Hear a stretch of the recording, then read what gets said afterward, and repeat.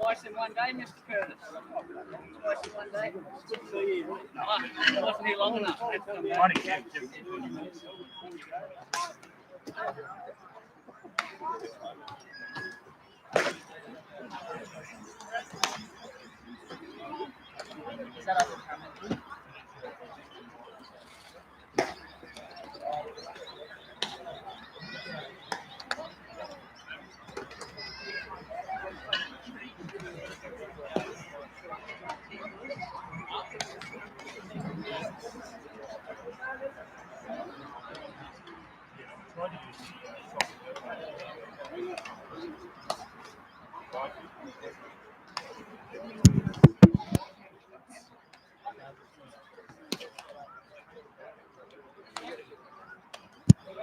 Hi, Gossie. I will tell you in just a moment. How's the audio sound there? Testing. Mic one. One.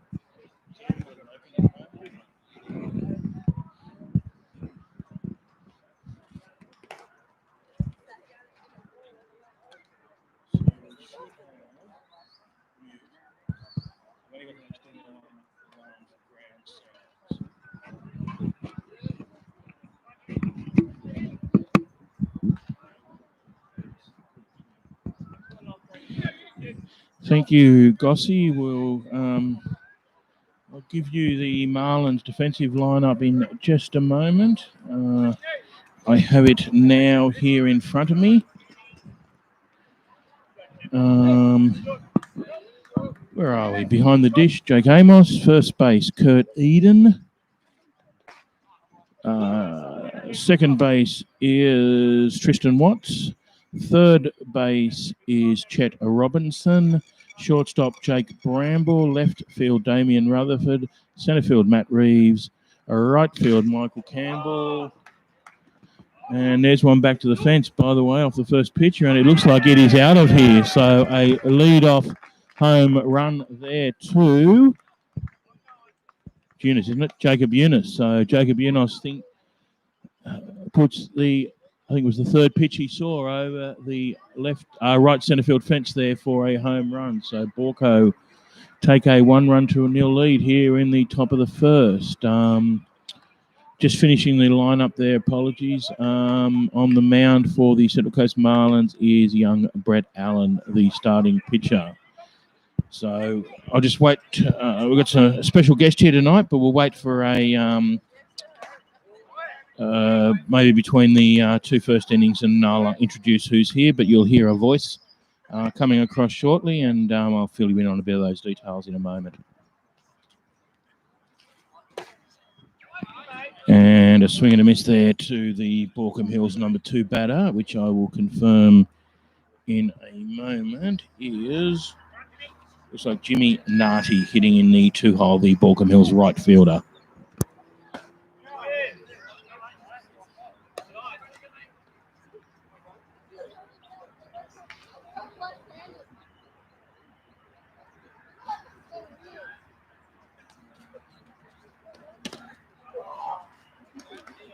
And that one misses downstairs. I'll just catch up here on the count. I think it might be about around 2-2. Just wait for Bobby Crawford to give a signal. I think that was 2-2. Yeah, 2-2. Score is just confirmed for me. Thank you. And that misses upstairs for ball 3. The third team on the diamond tonight here, the boys in blue. Behind the dish, we have Bobby Crawford at home plate. Scott Murray up on first base. And Matt Carter down there on third base. And there's another one going, but that one's taken just inside the fence by the centre fielder, Matt Reeves, for the first out of the innings. So 1 away. Baulkham Hills with the lead-off home run here, leading 1-0 here in the top of the first. Now hitting for the Baulkham Hills Kookaburras is Matt Bennett.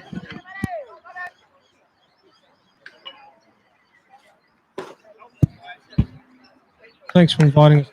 Yeah, there's Henri from Fort. Here, being first, balls up, popped up. Third base is going back now. Be an easy. Yes, thanks for having Grant. You've been doing a great job. Started the dream. What nobby? Yeah, it's what Nobby season before last sort of inspired us to make the effort to do it. The numbers that watched that live stream that night were just astronomical, and obviously we had your audience and your existing following that no doubt contributed somewhat to those numbers. But it's just so powerful in terms of putting it out there and also delivering a product to sponsors and advertisers and things of that nature that, it's not just a game that happens at a park and it's over. It's something that is forever and eternity on the internet. And, you can go back and watch yourself in, hopefully, presumably in 10 years' time. Yeah, and I've been keeping a good eye on streams. They're obviously getting better and better and hammer positions.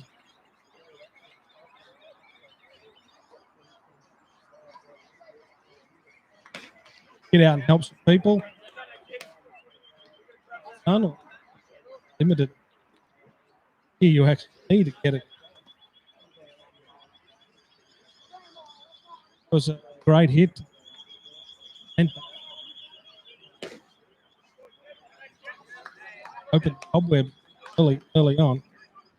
Yeah, never. Well, from our perspective, never good to give up a run there with the lead-off home run. But baseball's a long game, so it does happen. And statistically, I don't. If there's any relationship to the first run in baseball, it's a long game. But just put a base on balls there for those that were watching as well. So we now have a runner up on 1. 2 away here, so Brett Allen looking to shut this down without any further damage, and the first pitch in there for a strike. Just check the batting lineup again here. I'll tell you who it is. I know it's Ranieri. What's his first name is? Alex Ranieri is the hitter now for Baulkham Hills in the 5 hole. So that hit to centre field. Matt Reeves looks like he'll have that easily covered.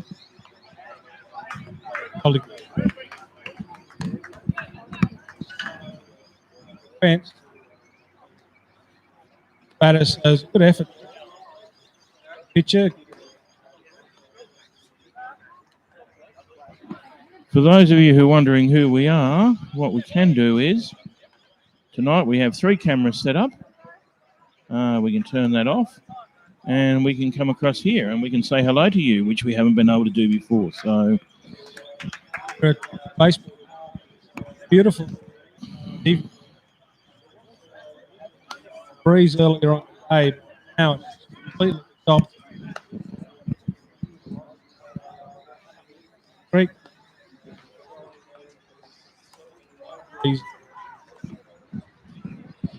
Yeah, as you can see, we haven't even got. We normally have the pergola over us, but it's such a beautiful night. Sun's just gone down and no breeze, balmy night. So we're just sitting here enjoying the game of baseball here. Could not be better. Maybe except for a couple of beers, but we'll have to wait for a while for a couple of the. Okay. Yeah, That's all good. 11 o'clock. 11 o'clock. Yeah. I'm a late riser, late finisher. So we've had enough of our ugly heads. We have got the multiple cameras set up tonight just to, for those watching, to show you what we've got. We've, of course, got our camera here behind home plate. We've got our camera up on first base, which looks a little bit fuzzy on that view. No, maybe not. I actually need to put my glasses on. Yeah, and I think I just have my glasses raised. And then we've, of course, got the ugly mugs here sitting at the table. And, of course, during the night, depending on what's happened, we can go to our picture-in-picture views, which we'll do throughout the evening. So one step at a time here with the options available to us, but hopefully we'll keep you across the game with some interesting views. Big win last week, as you. Yeah, I believe Baulkham played Greater Western, the new boys in the comp this year, in their first round, Baulkham Hills' first round. Of course, The competition's a little bit different this year. We actually started...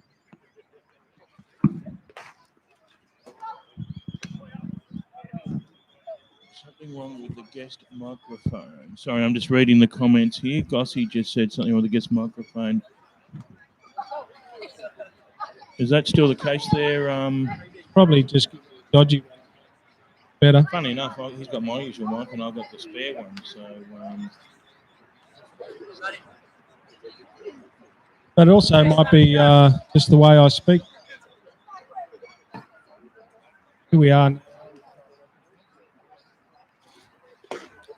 Big swing there.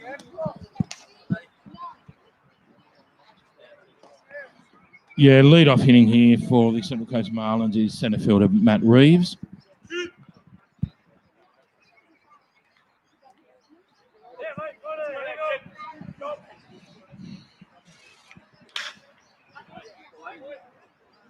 Fouls off there to the right side.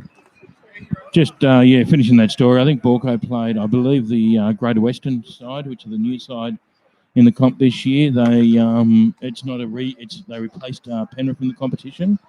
It's not a rebadged Penrith. It's effectively a new club representing the Greater Western Association.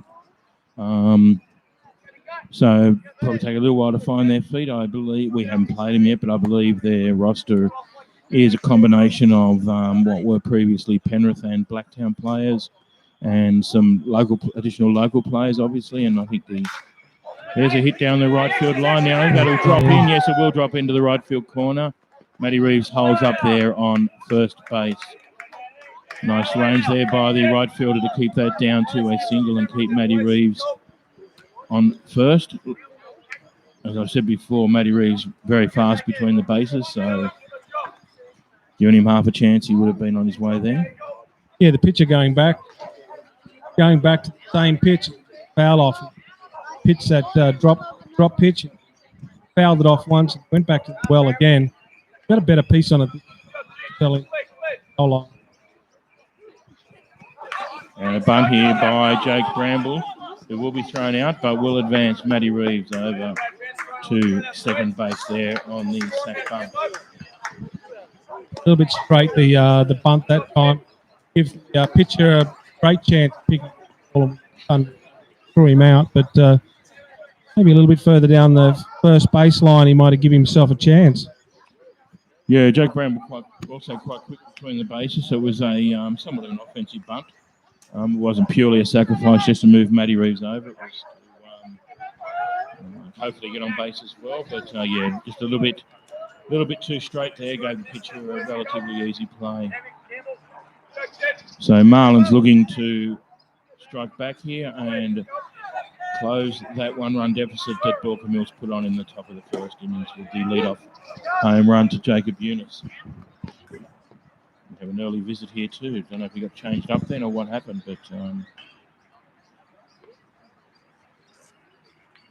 was obviously expecting something and got something else, so just gone out to clarify their signals.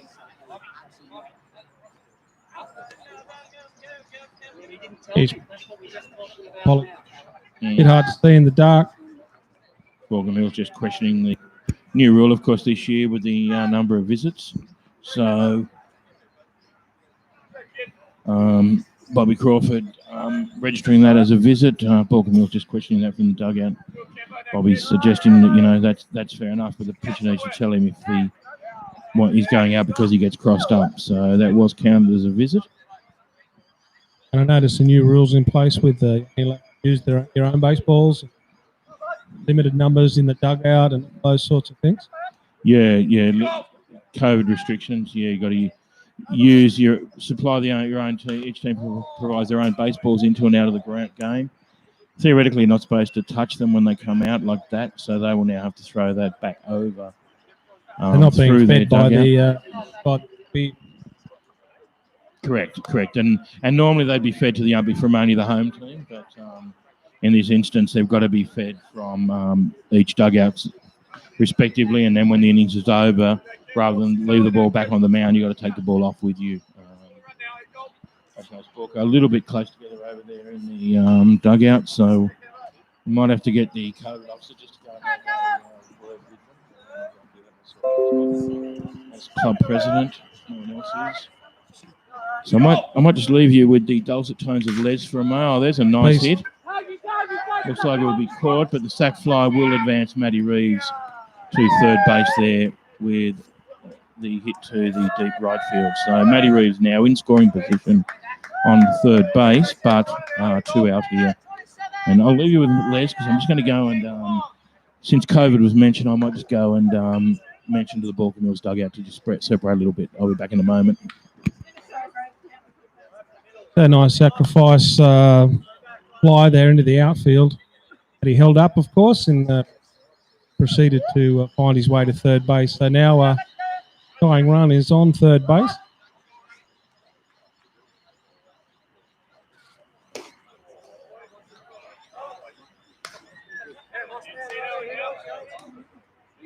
Swing. He's getting plenty of pace on the fastball there. Walker pitcher.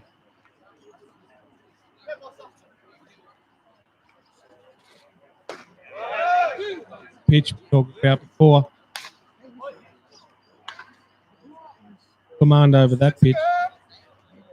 Pitch. The 2 outs here. Runner on third.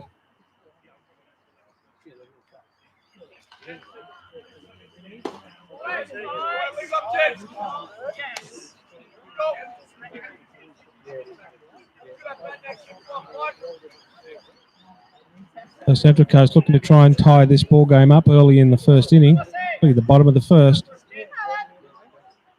It's a beautiful day. Baseball Park.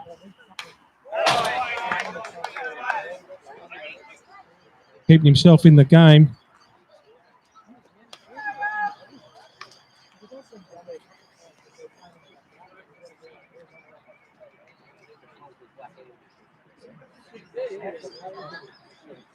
Of course, this is Jake Amos up to the plate there. Just plenty of confidence from last week, home run and the walk-off win last Wednesday night. Nice controlled swing there. Ball's going high towards the fence. Baulkham Hills going. Sort of lucky for Amos there. That ball just travelled over the first base fence.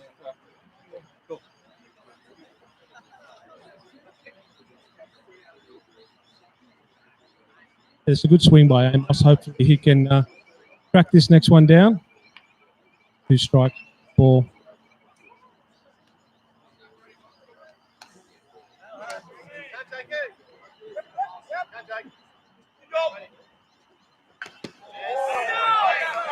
Bounced that one in, but great work by the catcher there. Gone upside down glove work there. Stopped the ball from getting through. Runner was looking to score there. The ball looking at quite a wide net here at the back here. That ball goes through and scoring a run there.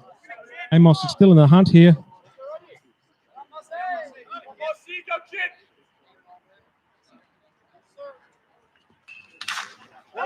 And that looks like it will drop in there and score that run from third base. So a single there to Mossy to left centre. Scores the run, and if I'm not mistaken, I've just walked back. That's 1-1 now, isn't it? 1-1. Yep, so yeah, that was good work by your Central Coast catcher there. He just relaxed through the at bat there. He was a little bit tense at the start. He wanted to hit it a long way, but just relaxed into that. Got a really nice foul ball. Then was from that point it was only going one way. That was back over the pitcher's head. Just an example there too of how you do manufacture a run in baseball with the lead-off single, the bunt moving him across to second base, the sack fly moving him from second to third, and then the hit scoring him. So one of every sort of types of play there to score that run, one base at a time. Seems like a lot of work, Grant. Well, just like the other teams, Baulkham Hills just may hit it over the fence.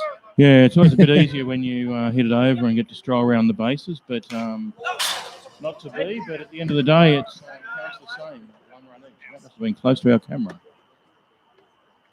So that was nearly lights out, ladies and gentlemen. Yeah, we would have been watching the rest of the game from first base. But I just went over and mentioned to the teams, thank you to both teams for their understanding and just giving us a bit of separation there in the dugout. We don't want to be pedantic here, but it's an unusual time, and we do need to. We're lucky to be playing baseball. Our friends in Victoria aren't even allowed out, so we just need to follow some pretty basic rules that are required these days, and we're able to live a reasonably normal life up here on the coast at the moment. So that's a go-to pitch. Just drops on the batter there, comes across the eye level. A beautiful pitch. It was his go-to pitch in that first inning. Strikeout. So we won one. Bottom of the one. Yeah. Top of the two.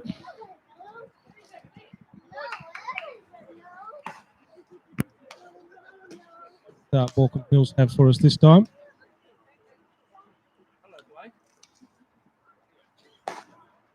Grant, tell us a bit about the pitcher. Yeah, young Brett Allen was first year out of under 18s, did a bit of first grade pitching last year. Is a Newcastle product.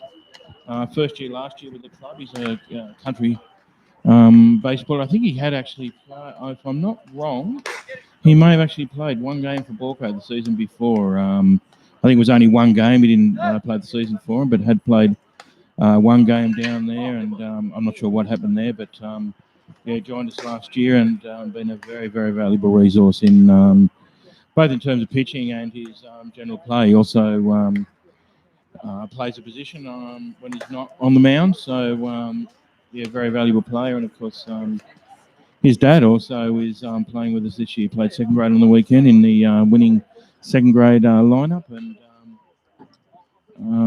quite a standout performance there. And I think,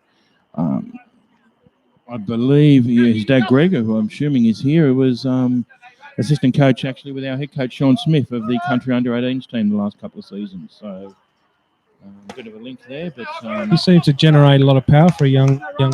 Got the levers. Yeah, he's a hard thrower.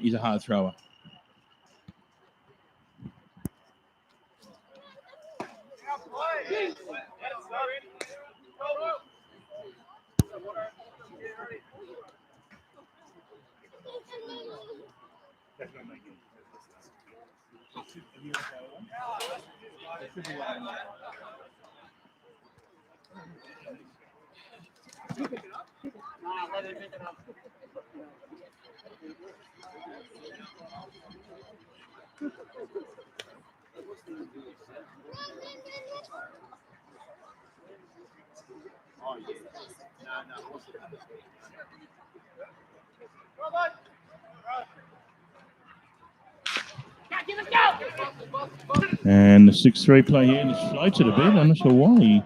I don't know if he didn't get a grab of that or what, but had the ball in his hand. The runner was only halfway along the line there, and just didn't launch the throw. It just seemed to be floated a bit over towards first base, and not only no power behind it, but well and truly off target. So an error, no doubt, will be scored there against young Jake Bramble, the shortstop. But in fact, if you want to, you can put it on the ground, because it's only really to nope.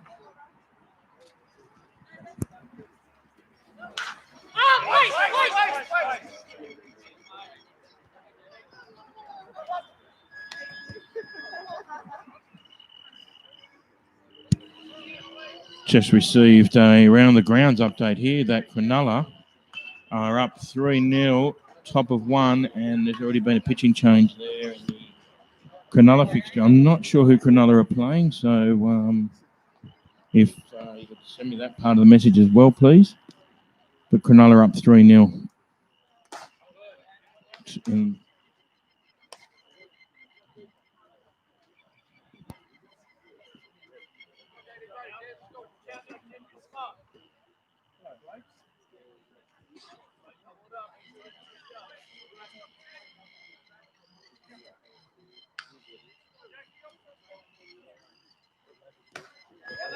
And I think that got the batter in the arm. Yes, it did. So a hit by pitch there to the Baulkham Hills batter, which was Jack Dormer. the leadoff batter with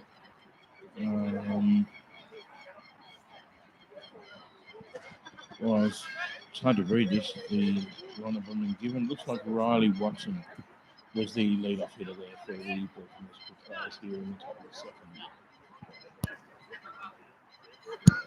On the error by shortstop. So batters now on runners now on 1 and 2, none out. In the batter's box, Caleb Shepherd.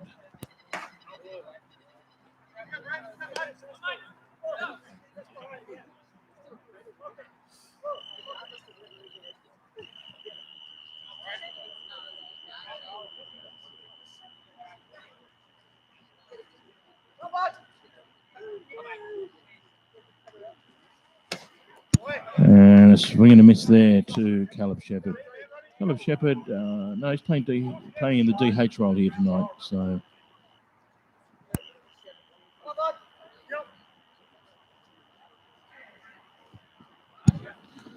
thank you there, Jivo. Just made the mention that it's actually Ride. Cronulla are playing Ride there and already up 3-0 in the top of the first. So, interesting result looming there at this stage.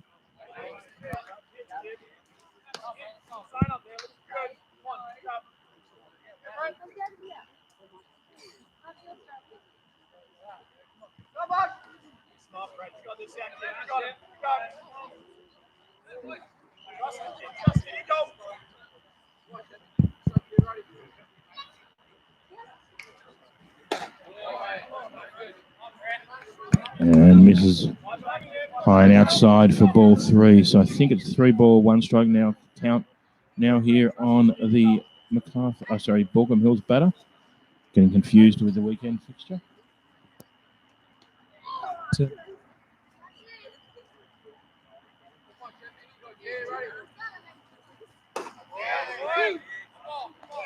And no one catches the inside of the zone for strike 2. So full count now here on Caleb Shepherd. Brett Allen, as just mentioned there by Les, a dangerous situation. Full count, none out, runners on 1 and 2. Certainly don't want to load him up here, none out. Because that's exactly what he does. Just misses downstairs there for ball 4. So none out, loaded bases. Go out. Front of those.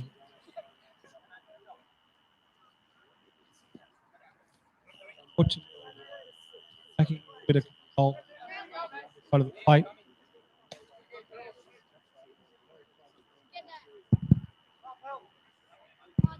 Now in the batter's box, Tom Pello in the 9-hole for the Hills Kookaburras, playing centre field this evening.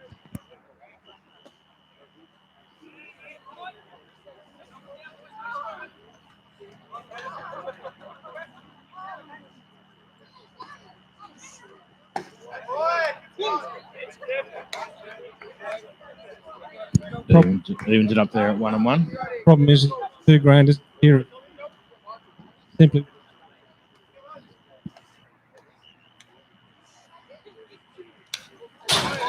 And fouls one back there. Yeah, potentially. It's quite a still night here, as we saw by the first at bat by Jacob Eunice. Although he certainly did get plenty of it and looked like a home run off the bat. There's certainly no breeze helping it out, but quite a still night, thin air here. So you get it up and out there. It is a park in which you can hit home runs here. We certainly don't want a grand slam here now with the loaded bases. I read fouls one into his foot. I read on the weekend actually that Jacob Eunice hit a home run in a night leadoff, but I read on the weekend that he actually hit a grand slam in the wasn't his foot. It was another part of the anatomy with a different dimension, unfortunately, for the batter, who looks a bit uncomfortable at the moment.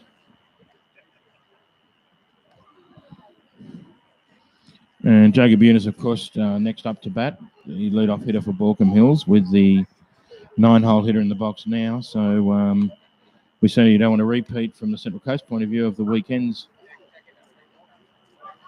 outcome with loaded bases here. But tell me It also. doesn't look in a good way at the moment, I must say.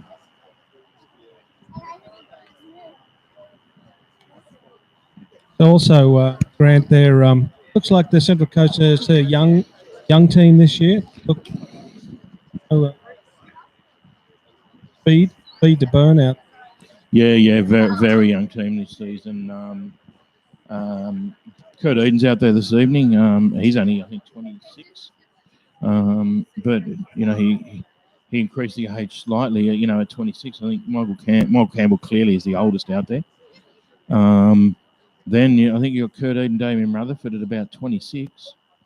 And then I think there's not too many that would be over 20. I think the rest are pretty much all under 20. So Matt Reeves would be 23, I think. Yeah. 21. Yeah, Amos 21 maybe. Get your 2, 3. Jack Brambles, I'm just talking to Kieran, my son beside me, who most of you probably know. Brambles is younger than you.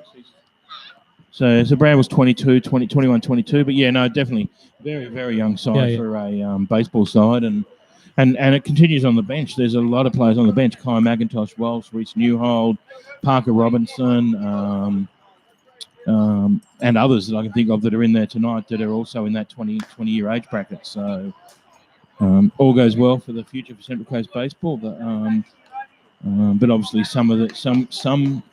some guys coming through will head off to college and pick up a 4-year college degree, hopefully. Matt Reeves, of course, at Centrefield, just returned from college, completed his 4-year degree last year. His brother, Ben Reeves, who may or may not be in the bullpen this evening, is currently at college. He's a 21-year-old in his 2nd year of college, I believe, but not there this year due to COVID. So, tense situation here. Still no out. Base.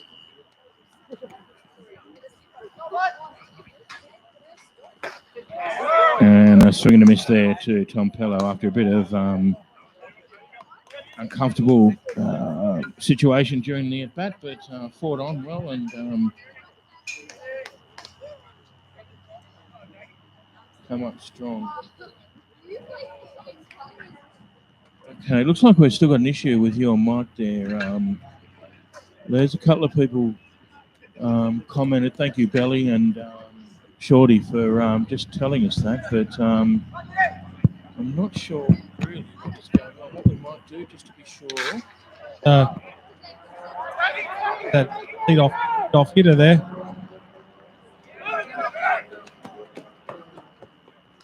So Jacob Eunice there with a sack.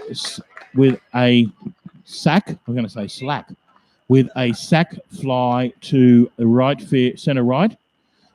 Scores the runner from 3 and the runner from 2 advances over to 3 on the sack fly. So another RBI there to Jacob Eunice with the sack fly. So at the moment it's Jacob Eunice 2, Central Coast Marlins 1 here in the top of the 2nd. So if you can just let us know, I've just swapped the microphone over to a different spot there for Les, who's beside me. But we really appreciate you just giving us that feedback. There's no way we can tell from here. So if you can let us know, we'll attempt to rectify the situation as best we can. So thank you, Belly and Shorty. Of course, the last play that split the runners up, of course, now with no one on second. So, that was the lead-off batter. Hit the home run in the 1st inning. He looked to go over the top again. He got it a bit high on the handle to right field.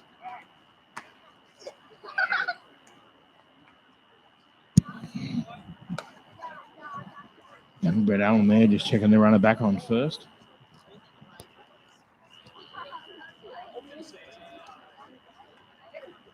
So runners in the corners here. 1 out.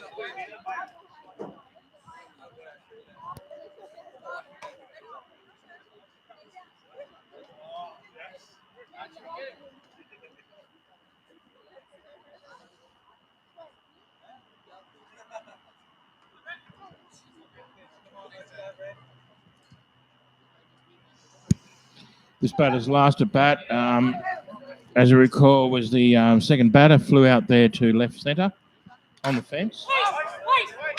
So followed Jacob Eunice's trajectory somewhat, but just didn't quite have the wheat picks required this morning to get it over the fence, falling about 20 feet short.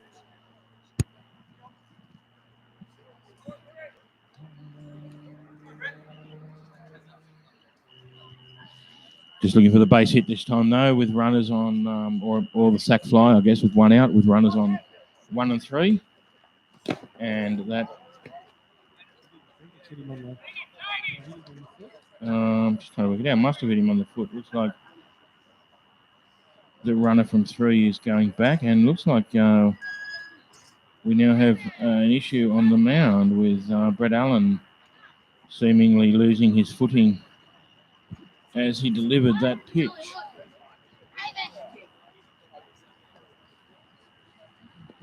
Previous play there, Grant.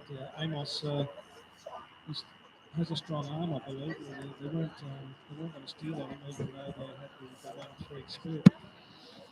Yeah, no, Jacob Amos, very strong armour catcher. They very tactically will only steal on him. It's not a sort of a first thought, put it that way, with young Jake Amos at catcher. And we might just take that mic off the field again while we just deal with this injury. Come back to our ugly mugs, but apparently we're still having some issues with the mic. I'm going to just remove the wind cover and see if that helps at all, because I am still getting messages that the microphones are cutting in and out. So apologies for that. I'm not sure of the exact reason.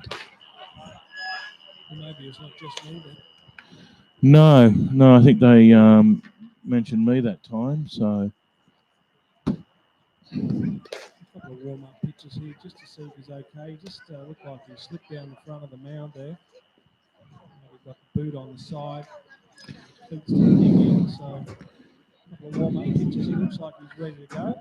Yeah, it looks like he's okay to go. I actually didn't see it. It was only Kieran mentioned to me that he was down. I didn't see it. I was watching the pitch and threw to the catcher. So actually, it was the hit by pitch, wasn't it? It went into his feet, and there's a bit of confusion there with the runner coming home from third, but the ball dead, of course, with the hit by pitch. So anyway, we're back here to loaded bases, 1 out.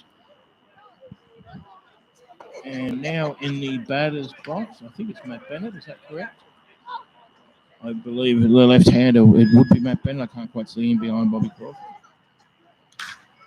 And that's fouled off to the left side. Yeah, just looking over the fence here. There's a few people that have come out on this beautiful evening on a Wednesday night. Marlins go round. It's good to see the people, of course, so they're all spread out. The 1.5 doing what they should do. So it's great to see a few people coming out to watch the baseball live. And that one's hit up the middle, straight to Bramble. It's a double play there. I did not exactly catch. I think it was.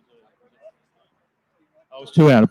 My apologies. I didn't think it was a line drive and it was caught in the full. But the throw to first was definitely made in time. But I didn't think he went through second. So my bad. I thought it was 1 out and they needed the double play there. But It was a good play there because he was a little bit unsighted. The runners got in front of his vision. He wasn't quite sure whether he was going to catch it on the full and then just have to turn and play second.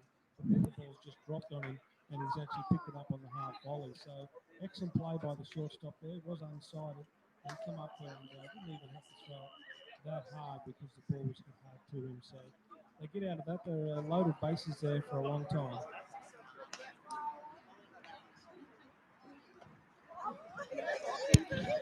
seems like we're having issues here still with the mic. Mine seems to be working, but Les's doesn't, which is really funny because I swapped mics with him and he's the one I've always used. Hang on, I'll just check a couple of options here.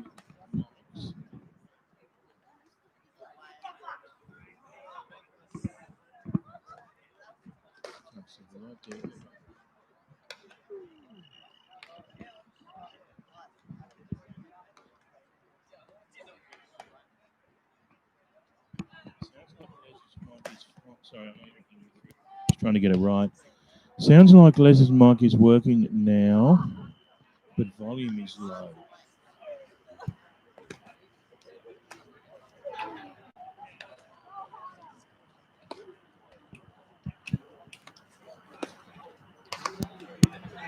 How about we? Well, that's me. Yeah, well, I can see the lights on mine is.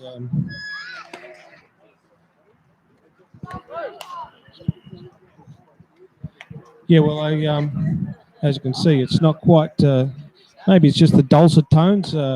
Grant, you're going much. You got a better radio voice. I've got a good head for radio. I got a good head for nothing, but anyway, that's another story. I think we might be a little bit better now here, so fingers crossed, and apologies that it's not quite right, but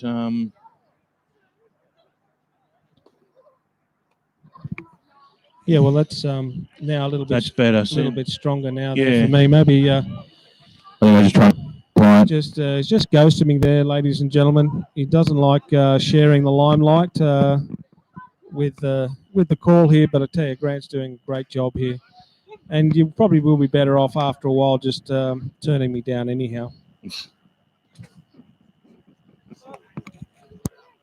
No, I think we're doing a good job here between us, so we'll try and get it working and keep you informed. And that one's gone a long way in the air there by Kurt Eden, but easily taken there by the third base, who is Zach Shepherd, of course. So as you saw there, that ball went well and truly above the lights, but yeah, good, excellent lighting here with the new lights we had installed 18 months ago now, I guess, and even when the ball gets up above the lights, you get quite an easy sighter on it, and there's been no complaints here about taking balls that have got above the lights. So yeah, well, it's interesting. Of course, you play there, you look up there into the night sky, and of course, when the ball goes beyond the lights, you lose it there for a bit.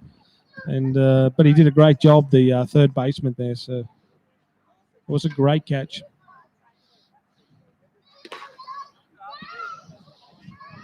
Young Chet Robinson now in the batter's box.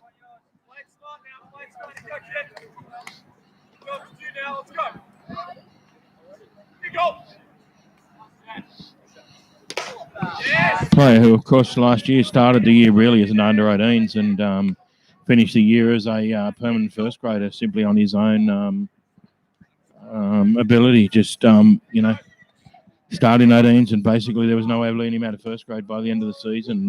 One of the stars of not a hugely successful season last year, but Chet Robinson was certainly a shining light within what was a relatively disappointing season.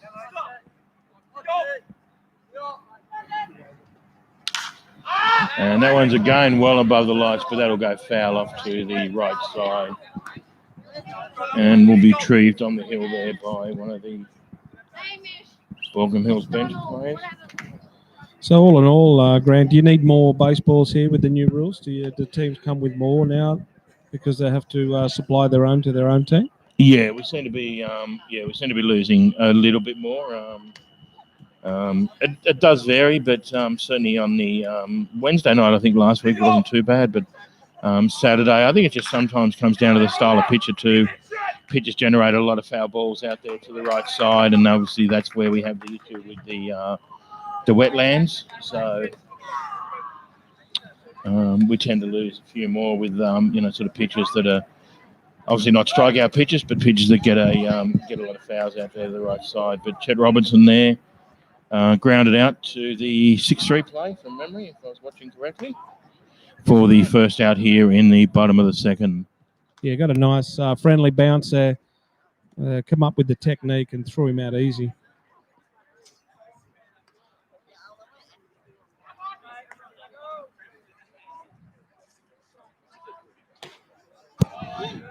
Now in the batter's box is, I believe he's playing first. No, he's not playing first base. He designated it tonight.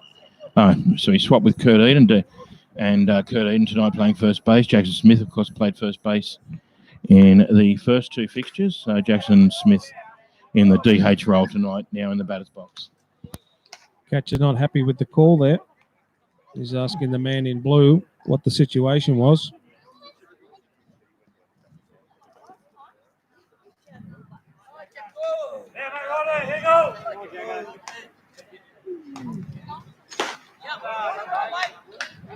And can't complain about that one. We're missing well and truly upstairs there for ball 2.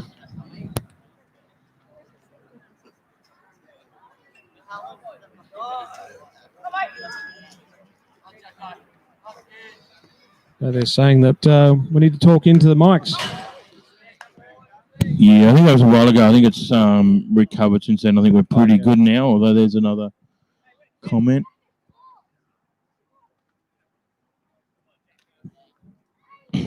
Not quite 28 all at the moment because we're down 2-1. So.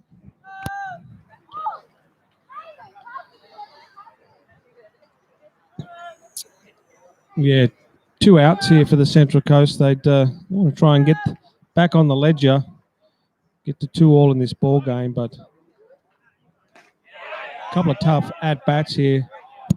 And the breaking ball there obviously missed the bottom of the zone. Good shape to it, but obviously just died and underneath the zone. The pitcher liked the look of it, and he was heading off the field, but didn't get the call there from Bobby Crawford. So full count here now on Jackson Smith. Oh, and that looks like it'll be straight down the throat of centre field, which it is. So there's the third out here in the bottom of the second. So with 2 in the books, Baulkham will still lead here 2 runs to 1. Yeah, so Grant, with the live local sport, we've been a little bit quiet, of course, in the COVID time. You know, if you're a streaming company that's streaming live sport and there is no live sport, then you spend a bit of time at home rolling up your cables and getting everything organised. But we've still been doing some Central Coast United, the football, the soccer, the round ball, heading off to Sydney every second week when that come back. And so, but of course, anybody wants to fire up the live local sport Facebook page, you want to book us to come out and stream your sport, we can do much like we've done here with the baseball. We'll come and show you how it's all put together, and then hopefully you can find someone like Grant and his family who's happy to carry the can and move it on, and ultimately, of course, it would be great to have all sorts of different live sports on the Central Coast streamed for your enjoyment, to be able to watch on demand, go back, as Grant said. You might be a player, you might be a parent of a player, and you want to go back and watch, cut up some footage and get yourself a show reel, put it all together. And so Live Local Sports Facebook page, get on it.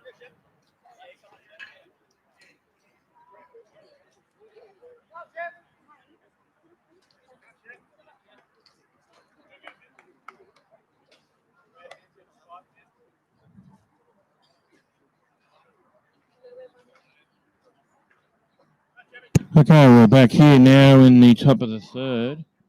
I was actually just showing a replay of the pitch where young Brett Allen went down on his ankle, and it actually looked quite disturbing. So I'm glad that there wasn't more damage done.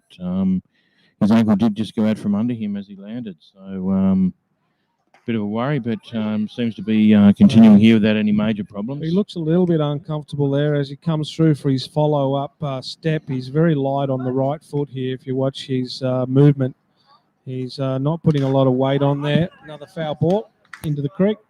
Yeah, funny as I was saying it, I then watched that next pitch and saw that. But he, it was a little bit tentative. But proppy is the word I would use. We've got someone in the bullpen, of course.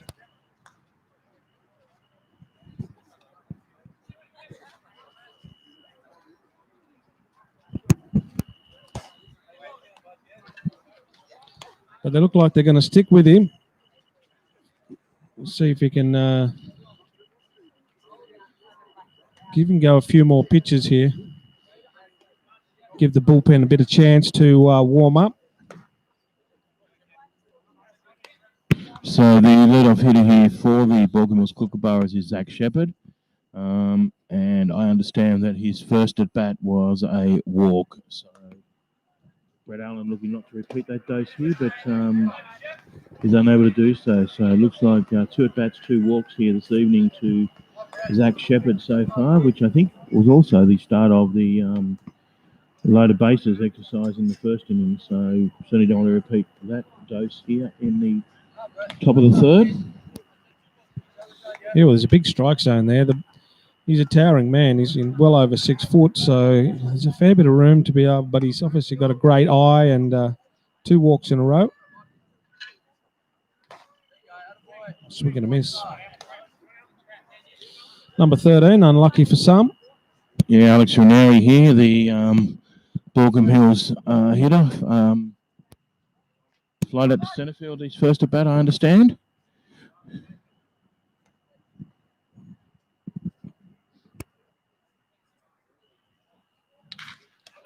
And that one's back up the middle, but the deflection there to the shortstop is in time through second base and then over to first base. So the 1-6-4-3 double play there, I believe. Yeah, it looks like it's just going to actually be a standard catch from the pitcher there, but it come out of his glove because it was doing 1,000,000 miles an hour. And lucky for that because it took the pace off the ball. Shortstop got around, turned it into a double. Great play there by Central Coast. Yes, that was one of those fortunate drops there, really, that fed the ball. It would have been up the middle out probably if he missed it, but deflected enough straight into the path of Jake Bramble. Shortstop who took the ball cleanly, fed it off to Tristan Watts, who was on second base, who threw it across to Kurt Eden for the double play at first. So the 1-6-4-3 double. So a few assists there in the out. I just saw the pitcher turn around and said he meant that play. So that's a great play.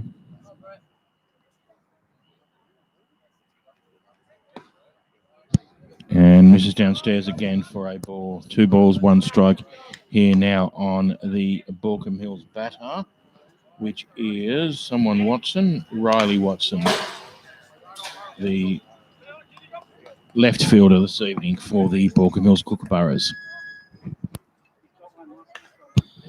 Looks like a young lad as well. I was looking before watching Baulkham Hills warm up. They're also a young team. It looks like something that is inherent in the competition across most of the teams, giving youth a go, which is great to see.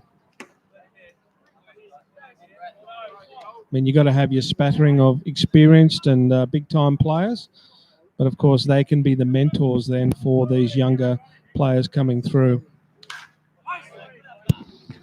And that's fouled well and truly off into the wetlands. That one won't be coming back. Trying to get in front of him. He has a lot of power on that pitch, and he couldn't quite get in front, but we'll see what happens here. And unfortunately, Mrs. Downstairs there on the full count. So another base on balls issued here to the Baulkham Hills Kookaburras. Brett Allen again looking to fight his way out of this without further damage.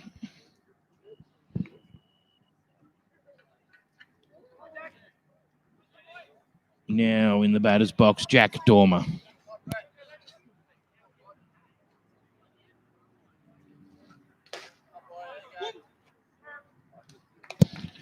And was, of course, well, I say of course, only because I'm being told, he was the actual batter in the box when and hit by pitch in his last at bat when Brett Allen actually did go over on that ankle. So hopefully we don't have a repeat of either of those components here, and we can get through this at bat safely.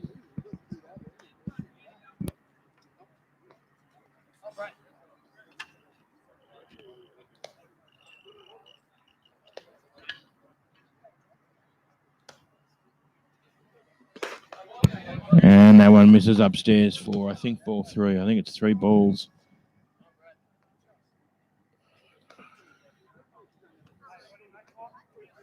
Three balls, 1 strike. Just waiting for a call here. I believe 3 balls, 1 strike. I may be wrong.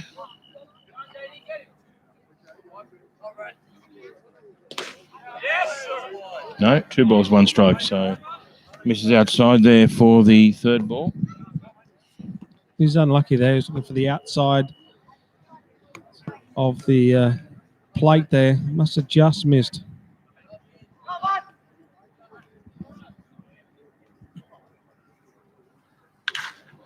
And that one's gone high in the air. And the pitcher's taken ownership of it, which is not a usual play, but takes the catch comfortably for the third out. So tidies up his own work there, leaves the runner stranded who he put on with the walk. So with the top of the third completed, Baulkham Mills Kookaburras still lead here 2 runs to 1. Yeah, he did well there. As you said, they were the runners that he started that the walking from the previous innings. But, of course, the double play was the play in that innings. The ricochet off the pitcher's glove. I think if it didn't hit him, as you say, Grant, they would have just found the hole between first and shortstop. Would have ended up as a base hit. And then the player would, of course, progressed to second base, but lucky for Central Coast, come off his glove, landed nicely for the shortstop who turned the double. He might have been a bit proppy in that inning, the pitcher, but he nearly did it all himself there with that play and then catching the ball. So he's still in the game, still playing well.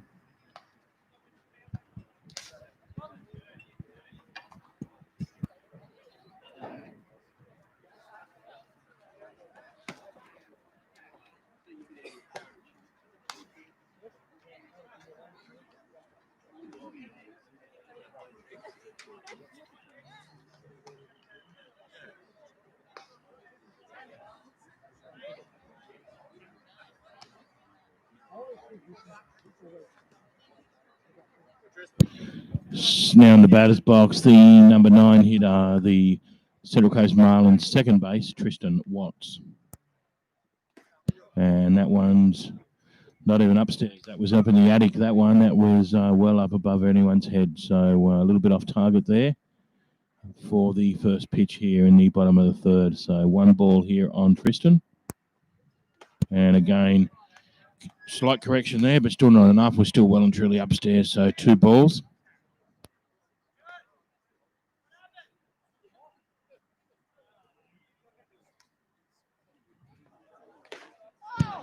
And a bit of chin music there for Tristan Watts. That was up as well, but that was a bit more in, and Tristan quickly jumping there out of the way. So 3 balls only here now on the Central Coast second baseman. Yeah, it could go anywhere, this one. And again, this is upstairs. So the radar's a little bit off here at the start of the third innings. He warmed up well and seemed to be throwing strikes. So that, with the runner there on 1, takes us back to the top of the order. The Central Coast Marlins 1-hole hitter, the centre fielder, Matt Reeves.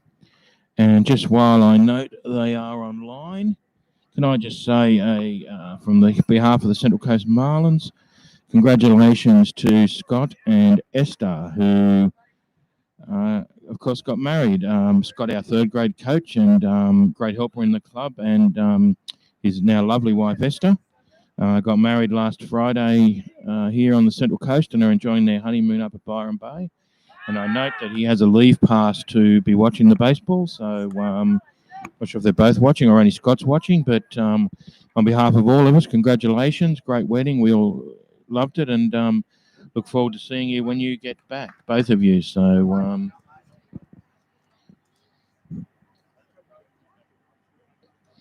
and if Esther's not watching, can you please let her pass on our regards to her as well?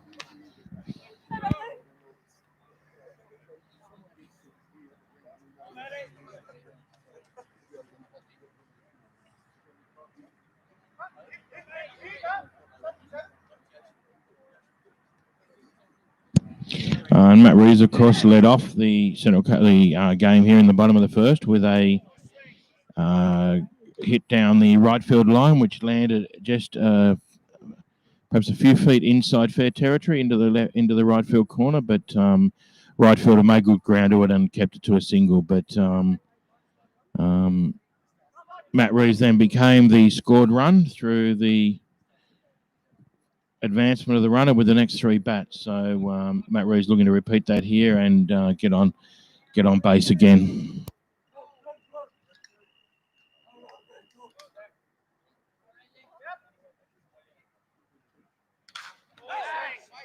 And that one's fouled off over the back here to the right.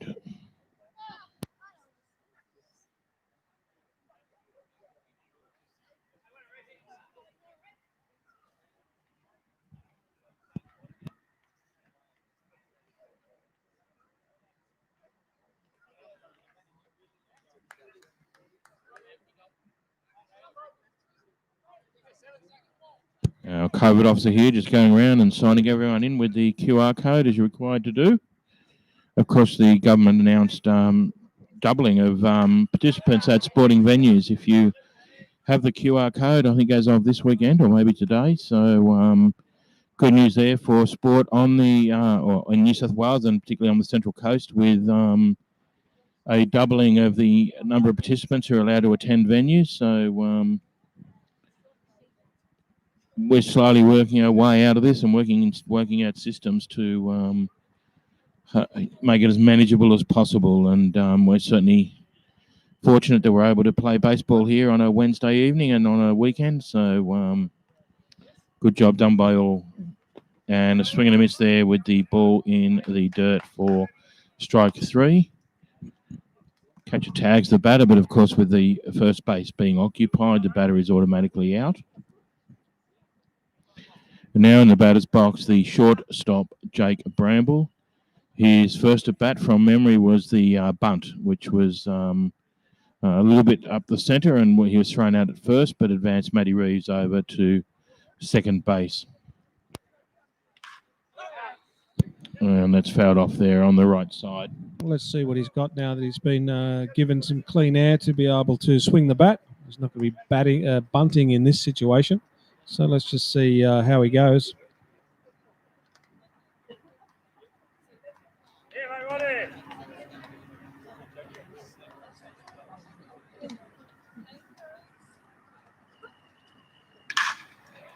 Nice contact there by Jake Bramble, but it looks like it'll be straight down the throat of right field, which it is. So Jake Bramble there flies out to Jack Dormer at right field for the second out here in the bottom of the third. Now, in the batter's box, of course, is the Central Coast right fielder and the Sydney Blue Sox right fielder, Michael Campbell. Apologies, how did I get that one wrong? Yeah, the previous batter just got a bit high on the handle there. He was stepping into it thinking the ball was going to go away, but it got him a bit high on the handle. Pop that out to right field. Oh, nice piece. Goes over. Oh, second base gets a touch. He's going to round to go to third, but he'll make that easy. It was a great play by the second base. He got the elevation. He tried to take the catch, but just come off the top of his glove and trickled out to center field.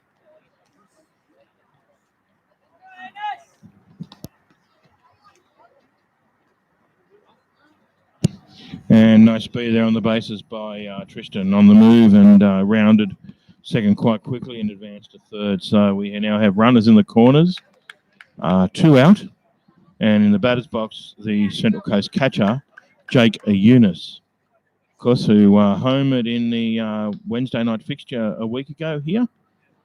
So for a 2-run homer on that occasion with 1 runner on base. So be a nice time to repeat the dose here with 2 runners on, but let's not get too greedy. We'll see what happens. Just a safe hit and scoring the run from third will suffice, but let's see what unfolds here.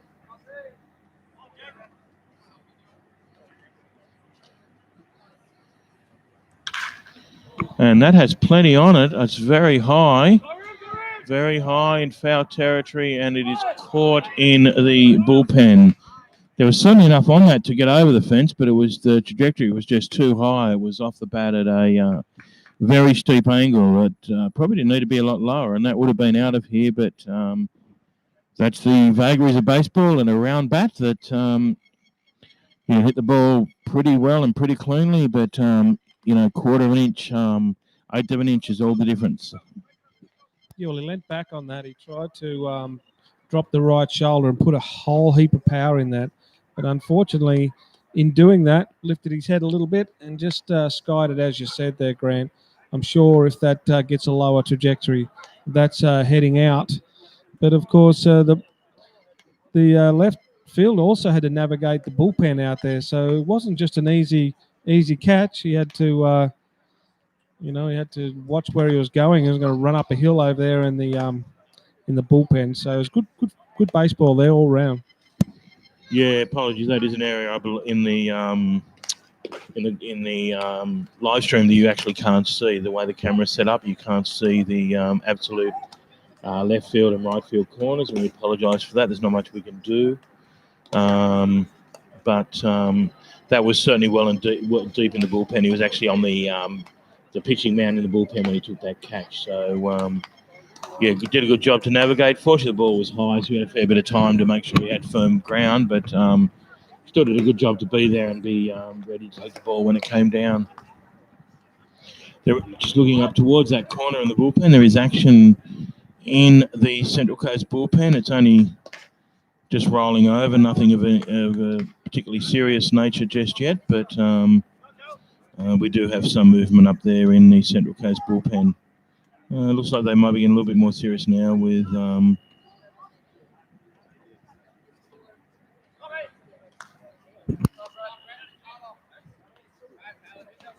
it's a long way away, Grant. Bit hard to see who that is warming up out there.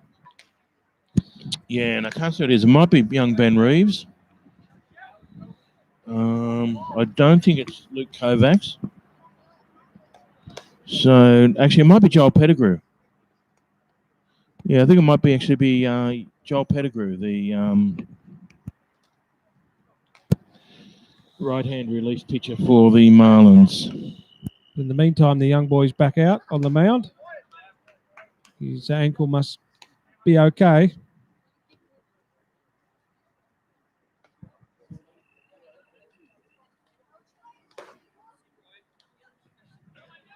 Oh, almost close. Must have just missed outside.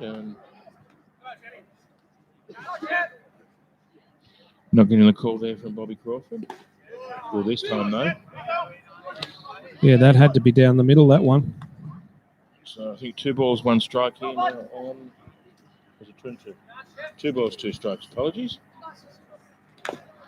And fouls 1 back.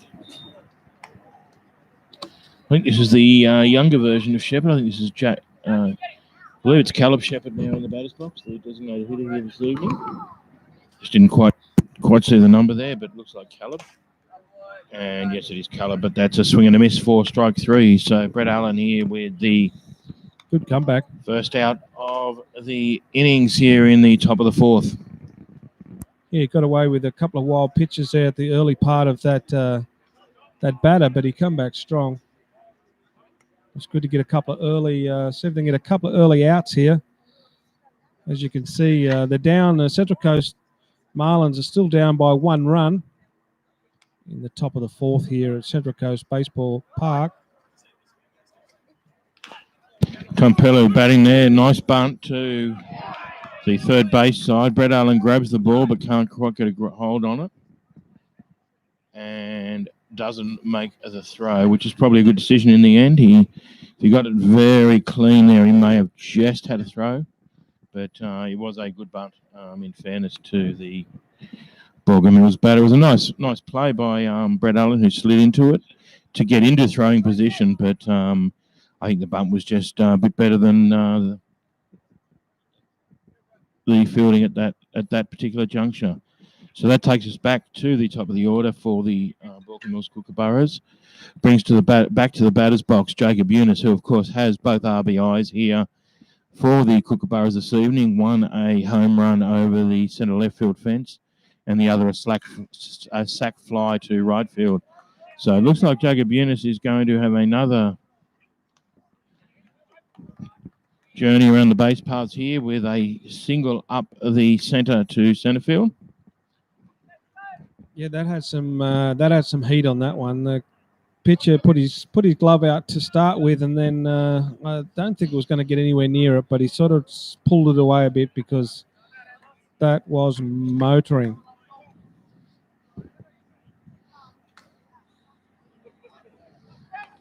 So one out here with first and second occupied.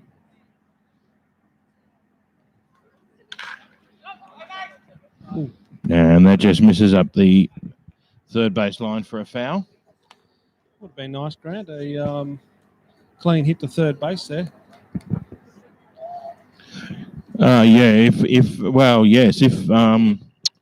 Czech would make the play, it was it was close to the line. So if it snuck past him, would have been dangerous. If he can make the play, of course, he only had to step on third with the runner on two. But if he missed it and went down to the corner, it could have been dangerous there with the runners advancing. So that's why they call it the hot corner there at third base. It's very much make the play or not make the play, and the consequences usually are fairly great. So one of the most important fielding positions on the baseball diamond there at third base, especially on the infield portion. You've got to make that adjustment, don't you? You've got to work out how far from the line are you going to stand. You know, you've got to know your batter, you've got to know your pitcher.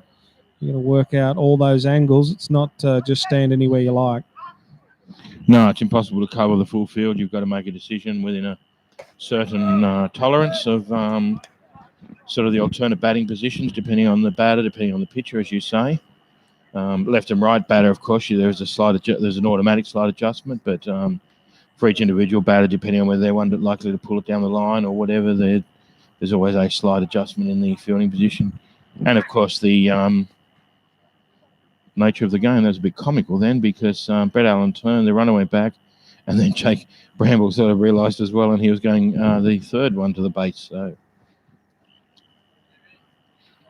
not the most synchronised pick off there to second base, but he just wanted to check him, make sure he didn't get off too far. Again, he's not looking to get him out. He's just let him know he can see him, and he's also obviously playing with the Baulkham Hills batter as well. He's got the green light. You can see the way he's dropping his shoulders and swinging the bat. He's got the green light.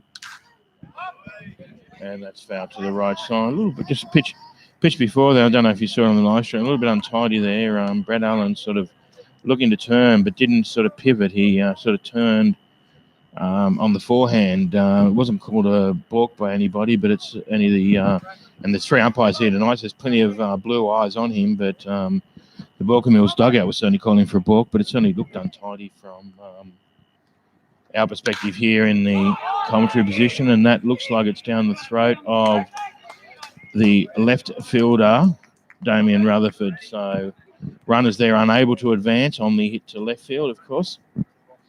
So 2 out now. Runners on 1 and 2.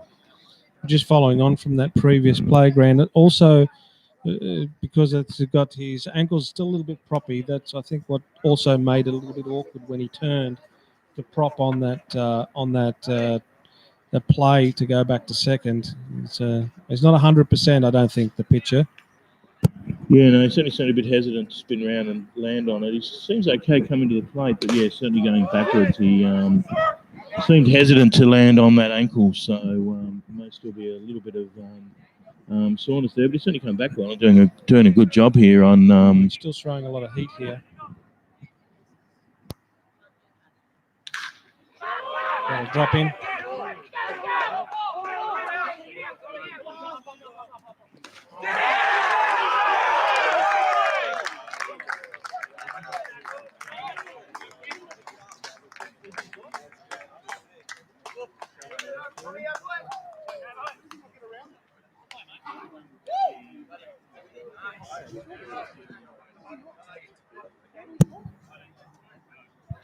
A few words here at home plate now. The Baulkham Hills coach was asking how did the player not get around him.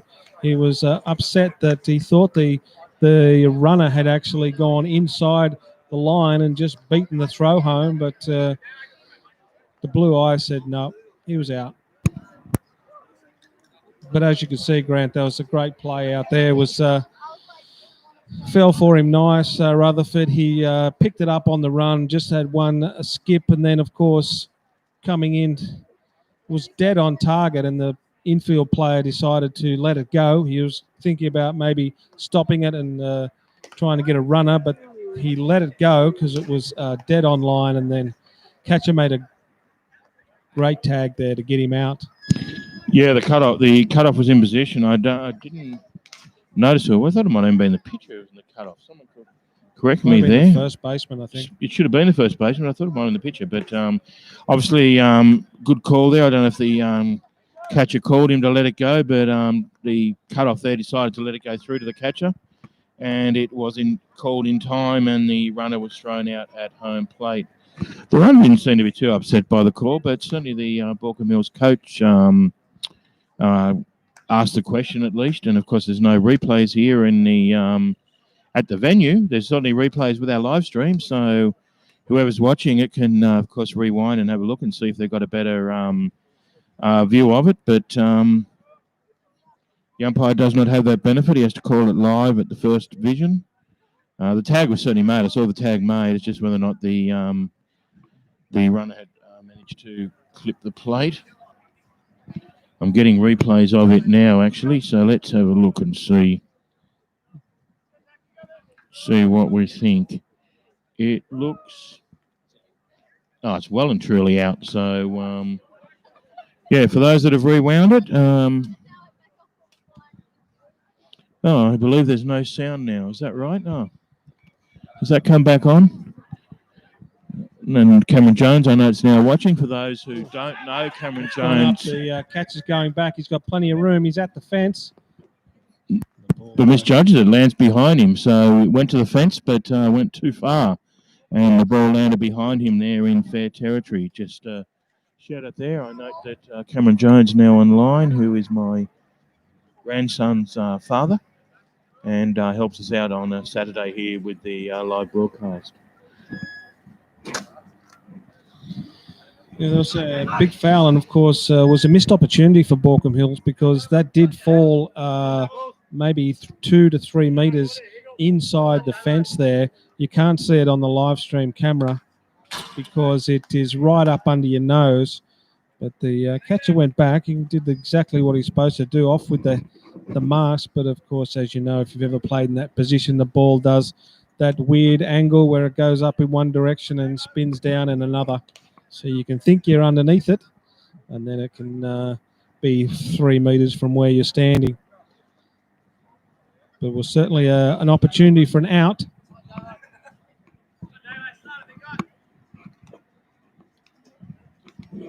So 2 strikes on him here early in the count. There's his go-to pitch. Breaking ball there dies before the plate for a ball. Don't know if you guys on the live stream played it back, but we just did on our devices, and it looks like a correct call there by Bobby Crawford at home plate, with the runner probably a good 2 or 3 feet short of the home plate there when he was tagged on the foot. So good throw there from Damien Rutherford to make the out. We just momentarily lost pitcher then, but hopefully that didn't affect anything your end. So it looks like a full count here now on the batter. 3 balls, 2 strikes on Damien Rutherford, and Damien Rutherford goes down swinging for the 3rd strike there. So 1 out here in the bottom of the 4th. Brings to the plate the first baseman tonight here, Kurt Eden. Unfortunately, Kurt Eden was hit on the arm on the weekend, hit by pitch. Was designated to close on the weekend, and unfortunately got hit on the arm and lost movement in the arm moment temporarily, and had to sort of leave the ground and go to the hospital. But obviously he's better now today, but potentially cost us a win on the weekend with him unable to relieve. And of course we led into the 8th innings on the weekend, 7 runs to 4, at which time he would have come on, but was unavailable and had to go to other options, which unfortunately didn't work on the weekend. And We ended up going down 16 runs to 7 after leading 7 runs to 4 going into the 8th inning. So bit of an unfortunate turnaround there when we felt the game well and truly in the bag, but lost our closer and were unable to shut the game out. So a 1-1 result on the weekend for the Central Coast Marlins first grade against the MacArthur Orioles, who are, of course, one of the strongest clubs in the Major League. As, of course, are Baulkham Hills here this evening. So tough start for the Central Coast Marlins. MacArthur and Baulkham Hills here in the first 2 rounds, but 50-50 so far, but down by 1 run here in the bottom of the 4th in the Wednesday night fixture. Yeah, and there was just a simple fly ball to second base, the previous batter there. So it was a cheap, easy out. That's 2 outs, of course, in this inning. So Baulkham Hills will be looking to try and close this out and have a quick inning. It's a foul ball there over the right side into the creek. No, maybe not. We might get that one back, I think. Yeah, that one might be just at the bottom of the hill. I noticed a couple of players running off, which we do thank them for. Well, I guess it's their balls this evening because of COVID, but still, it's not a cheap exercise, especially when sometimes they're only in for 1 pitch and they're over the fence. So try to retrieve as many as we can here. And that one dives down and bounces in front of the plate. Nice block there by the catcher. No one on base, so no damage to be done, but still nice blocking there by the catcher of that ball in the dirt, breaking ball in the dirt. Grant, how much is a single baseball? What's the sort of damage these days on a baseball? I think they're about $10, about $9 something. I think we get them for. So, with 20 or 30 balls easily in a game or a weekend, quickly adds up. That one there was hit down into the Central Coast Marlins dugout. I'm not sure what it hit. It hit a person. Might have been the glove. I think he tried to make a catch. It was well out, and he's trying to protect himself, and he's trying to make a catch there. Not the Baulkham Hills player, but I'm talking about the Central Coast player, the catcher that's out there working in the bullpen. I mean, it was not anywhere near a player, so there's no interference called there. It was a nice hit too, nice flat hit. He turned his hips, got on it, but got on it early. Forced it down. There's a walk there. So walk there to Chet Robinson. And we actually now have activity in both bullpens. So both the Central Coast and Baulkham Hills bullpen have throwers in there, at least in a serious stage of warm-up. So I suspect we'll see a change on the mound here within the next inning or so for both sides. Not quite sure who's in either bullpen. I think it's Joel Pettigrew throwing in the Central Coast bullpen. I'm not sure who it is in the Baulkham Hills bullpen. It's not one of the Wellses, I don't think. No, it's a right-hander. I think it might be thrown to one of the Wellses. He's catching up there for him, but the person warming up is a right-hander. So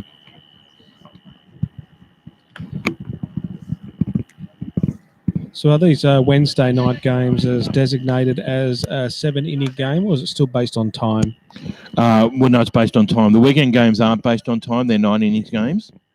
But the Wednesday night games are I think from memory, a 2.5-hour game with no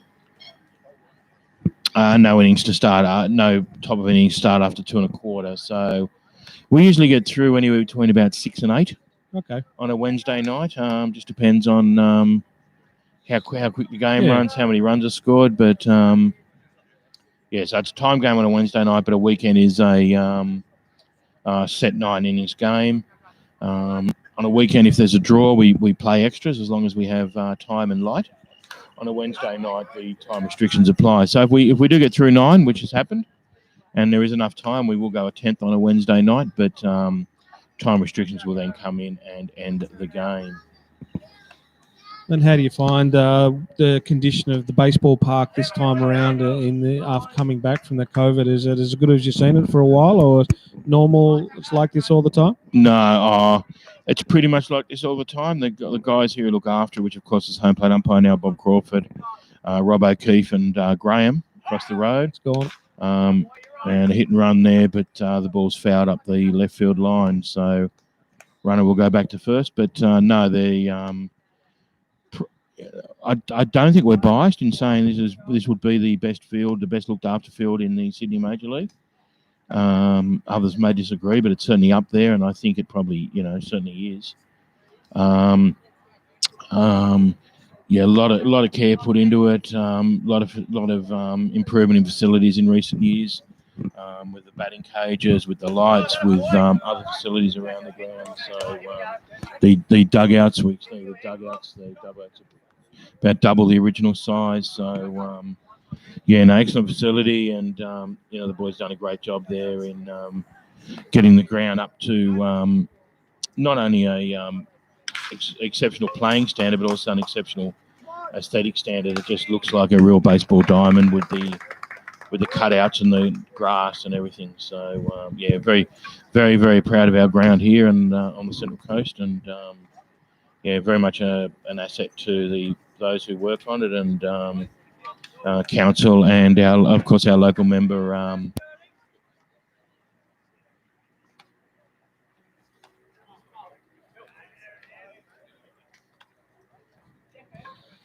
Yes, we'll come back to you with your local member.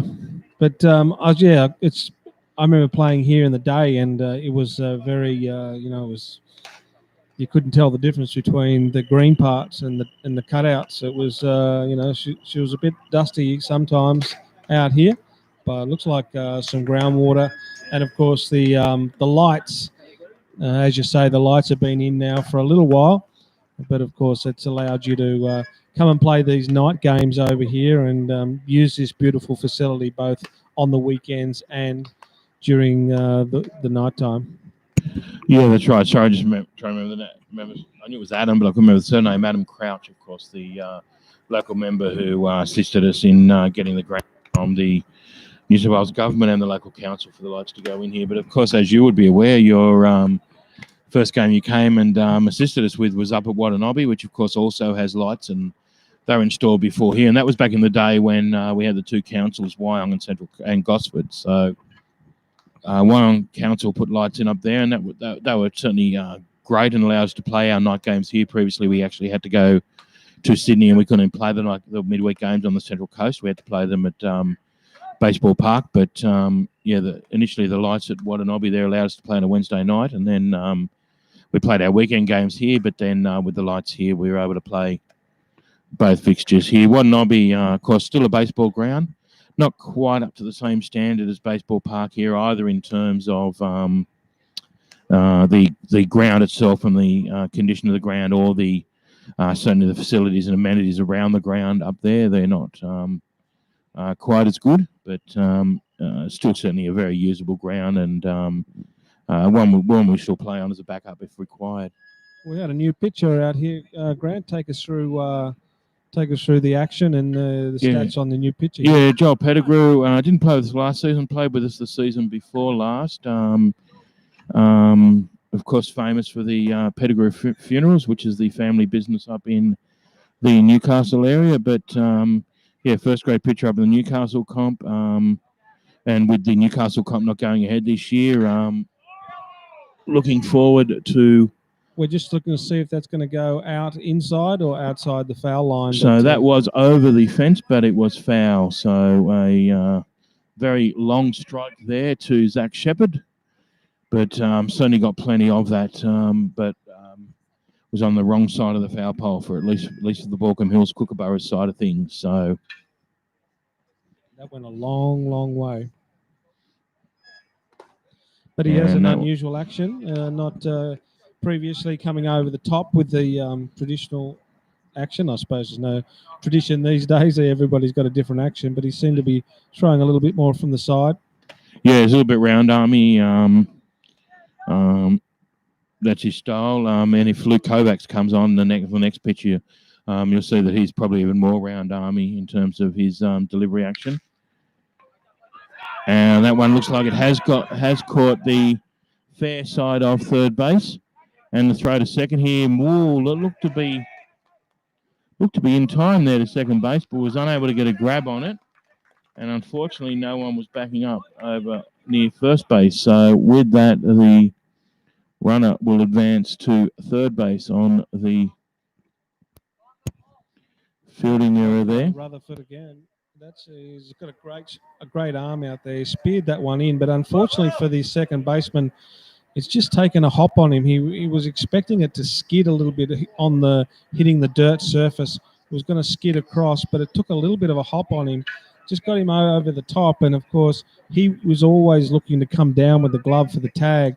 So those two things didn't go together.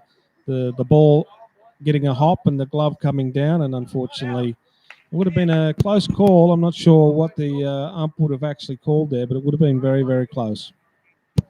Yeah, it certainly looked close. He had a long way to bring the ball down, which was obviously going to take some time, but the throw was certainly in time. So, yeah, as Les said, it would have been an interesting play there. And looks like that one just missed. But, of course, the end result is he's standing up here on third base with Baulkham Hills leading the ball game 2-1. And that one was down, but a swing and a miss. So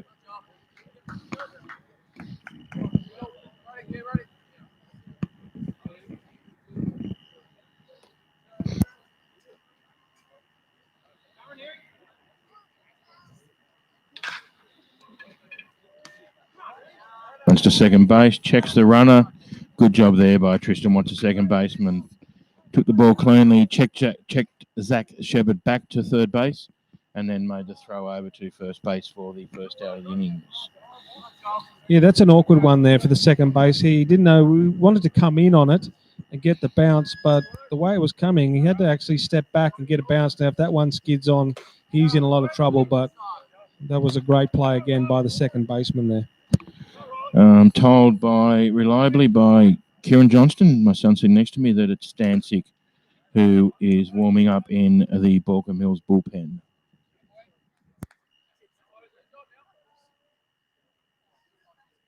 But he might have had a little secret advisor, I'm told, but I won't mention any names that Belly might have helped him out, but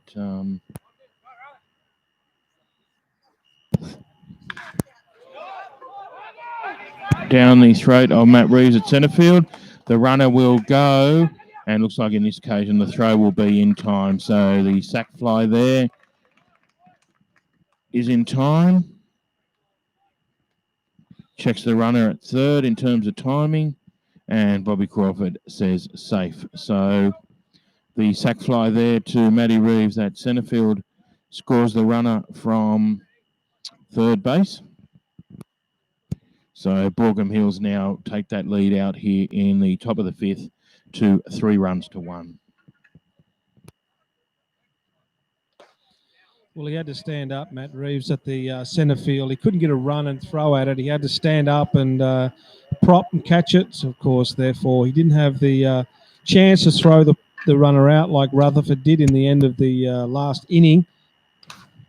So it was a well-executed fly ball that now puts Baulkham Hills 3 to Central Coast Marlins 1. We are in the top of the fifth. So that was a well-orchestrated run there from Baulkham Hills, and they doubled their lead. Yeah, unfortunately, the missed play there at second base, or it's not so much the missed play, but the extra base when the ball got away from the second baseman there, came back to haunt us with the runner in scoring position on third and able to advance on the sack fly. So just goes to show there that costly error there with the ball being missed there at second base. And that one's down. That was you saw the arm action there. A lot of shoulder there. As you say, Joel has an interesting action. So he has sort of round arm, but then his real effort ball is real shoulder, as you saw then. That was sort of the faster pitch then, and this will be a nice play here. Jake Bramble there with the 6-3 play, comes round behind the pitcher, takes the ball, judges the bounce nicely, takes it to the top of the hop and easily makes the throw over there to first base for the third out. So with the top of the 5 completed here, Baulkham Hills still lead here 3 runs to 1.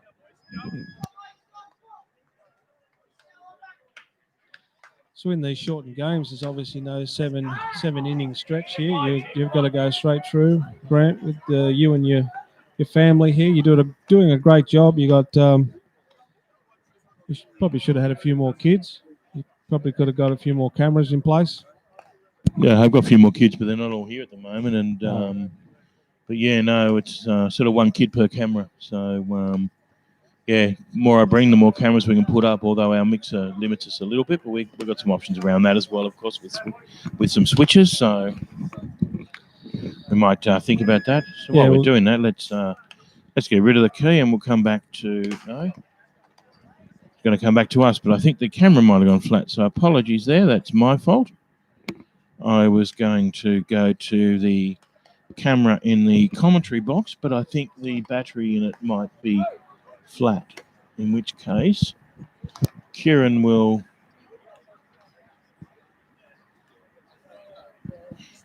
sorry, I realized we taped it down, so we're going to have to untape it to go back to the commentary camera.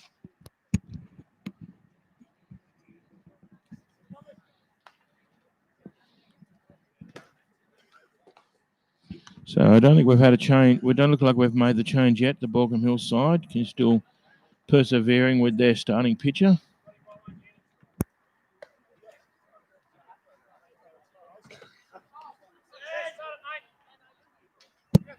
Leading things off here for the Central Coast Marlins is the second baseman hitting in the 9-hole, Tristan Watts.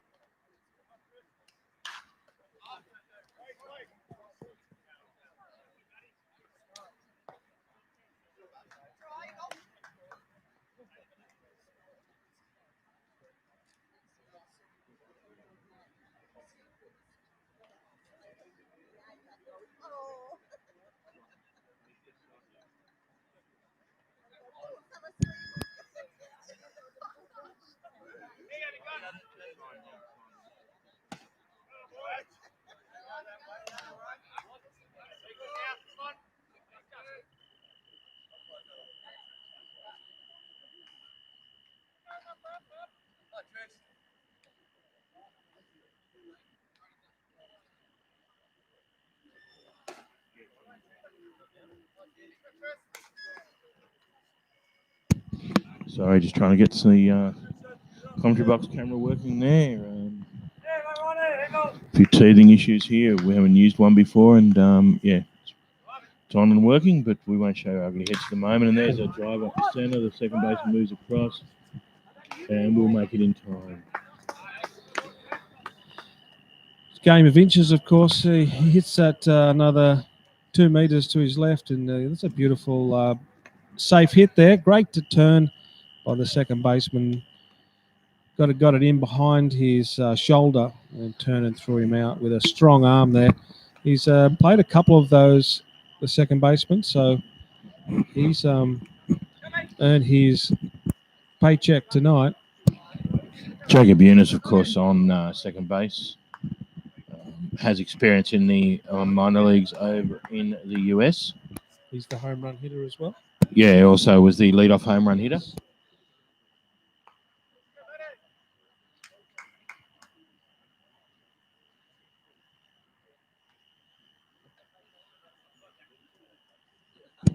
And Jacob Eunice, of course, also part of the Sydney Blue Sox roster, as is Zach Shepherd here this evening, Michael Campbell, the 2 Wells boys.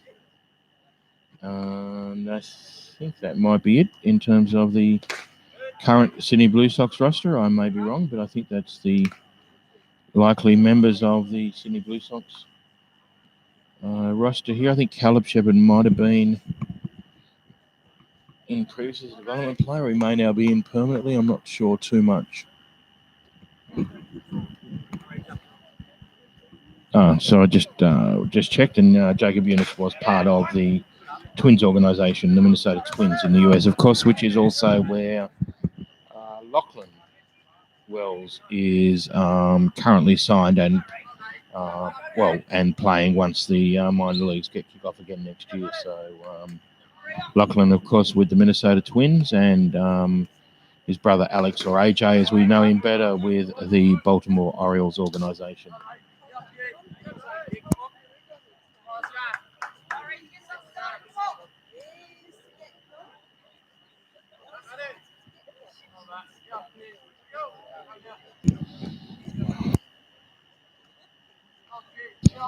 And if I'm correct, I think Zach Shepard was with the Detroit Tigers organisation.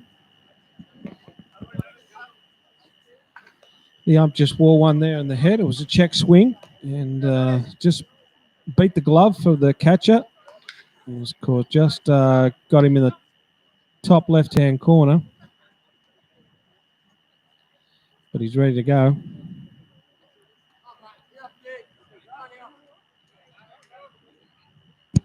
Yeah, so Matty Reeves getting a bit of revenge there and clipping one into Bobby Crawford's side of Bobby Crawford's head, but looks like we're all good to go here. So apologies given, no damage done, and we're off again. And that's a nice swing, but it looks like it will be down the throat of centre field, who takes a nice clean catch there and retires Matty Reeves. Again, nice sweet swing of the bat and connection on the ball. That's two good connections, but of course that's 2 outs. So that's the way the cookie crumbles sometimes. You can hit the ball too well.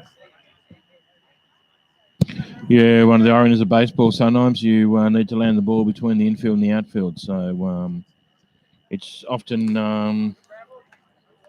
not the better hits that are necessarily rewarded sometimes in baseball, but that's the vagary of the game. But it's also why, other than with home runs, really, it does take a few players in order to manufacture a run in baseball. So other than the home run, most times, as we saw in our first innings, there's usually 2 or 3 plays that go together in order to make up a run, and Brambles is safely through there to first base. The throw from the shortstop, I think it was rushed, was in the dirt. Matty Bennett was unable to pick it. I think it was in time and would have beat the runner, but it was in the dirt and he was unable to pick it. Go to the stats there. Is that the first infield error from the visiting side here tonight? As I haven't seen too many go through, so that might be the first error from the infield on the with the away side. So we have a runner now on first base with 2 out, and of course Baulkham Hills leading the ball game 3-1. And of course, with the left-hander in the batter's box now, we know that's Michael Campbell being the only left-hander in the Central Coast Marlins lineup. So with 2 out here, Michael Campbell looking to advance this runner, Jake Bramble, up on first base and narrow this gap. Baulkham Hills still leading here in the bottom of the 5th, 3 runs to 1. And I think that would be right. I think it might be the first infield error. There was the line drive earlier that hit the top of Jacob Eunice's glove at second base and went through to centre field. But I haven't checked with the official scorers, but I don't think that would have been scored as an error. It was certainly a hard hit ball and only just caught the top of the glove. So it may very well be the first error here from the Baulkham Hills infield. Just had a visit from young Blake Campbell, of course, Michael Campbell's daughter, in the commentary box. And with that, Michael Campbell, the father version, flies out to third base.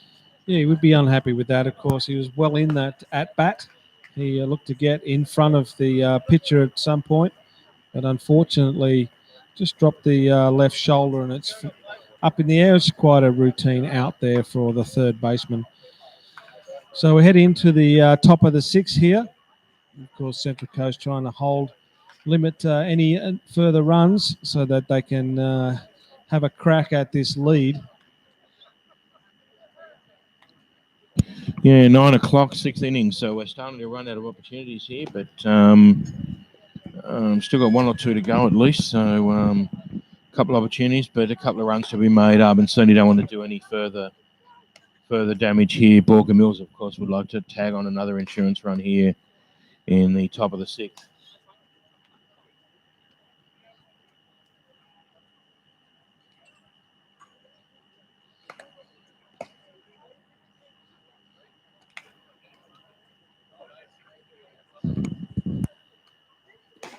Well, what about the amount of games that they have to play, Grant, in this revised setup this year? Is it well into the early part of next year? What are they looking for in a way of a draw? Yeah, no, it worked out quite well. We were actually supposed to start earlier in September. So last week was actually the first round we played, which was round 4 of the original draw. So the draw wasn't altered, obviously, because grounds and everything had been booked and so forth. So we left the draw as it is. But what happened is we didn't play rounds 1, 2, and 3, and the reason is the government put in place the additional restrictions on sports in terms of interregional play, and of course, us being from the Central Coast, in a Sydney comp, that sort of brought that into play. And although there was an exemption granted because of the semi-professional status of the sport with a number of professional players here, was felt that it was probably still not best to start. But what we did was, and with the cooperation of all of the clubs, we started the competition in what would have been the normal round 4. So this is round 5, but it's actually the second game we've played. And what's happened is we had a break over Christmas where we would have played the Nationals are normally on, the Junior Nationals. They're not on this year, as I understand it. So we're playing one of the rounds in that period there on about January 12th, I think, 13th, which is my birthday. Anyone wants to send me presents? So we're playing, I think, round 1 at that time. And then we're going to play, there was a week off between the last round and the final. We're going to play round 2 then. And then the finals have been put back 1 week to play round 3. So we are going to get the full draw in. Baseball to come then. Yeah. So very early, and there's a bit of confusion, whether this is round 2 or round 5. But although on our scoreboard we say round 4, so obviously we didn't even update it. But it's technically round 5 on the draw, but it is the second game we've played. So things are different at the moment due to. Sounds like it's clear as mud there, mate. Yeah, no. We got it working, and we're playing baseball, and that's pretty much all that matters. So. And of course, you're streaming it out to the interwebs, so those people can sit at home and watch on their primary device or secondary device. They might be watching the block or maybe Junior MasterChef, and then have the Fish TV sitting on the tablet in the lounge room. So all credit to you, Grant, you and your family here, putting it all together. Yeah, no, it's a pleasure to put it out there. It's interesting too, the viewing numbers. We tend to, on the Wednesday night fixture, as you can see there now, I think the viewers can see the numbers there. I think we've got 67, 69 viewers at the moment. When that gets on YouTube, and you notice later in the week, I know last week's game, I think we peaked at about 61, 67. I can't remember exactly. It was in the 60s. Anyway, I think it was the most that we're ever watching it at one time. But as of this afternoon, I think it was up to nearly 1,000 views, 850, 900 views. So obviously a lot of people like to go back and watch it and check the close plays, check their own plays. But for whatever purpose it's used, it's out there and available, and effectively should remain there pretty much forever. So, and the hit there to second base, but can't make the play to first. So 1 out. We end up with a ball in the net. You can't see it, of course, on the live stream because it's right under your nose. But there's one doesn't need to be cleaned. It's going to stay there. But yeah, there was the inside out from the batter there, swinging from maybe if you're a golf player, the one that's got the cut on it, that's going to put you into the creek on the right hand side. But the second baseman just kept going with it, and until he actually tracked it down, he was looking to make a play back to first base, but of course it was all a bit tight, and there was no play available. But good catch. And that takes us back to the top of the order for the Baulkham Hills Kookaburras, of course. The second baseman, Jacob Eunice, very dangerous here with the bat. 2 for 2 this evening, a home run, a sac fly, and a single already this evening. So be looking to sit the batter down here without doing any further damage.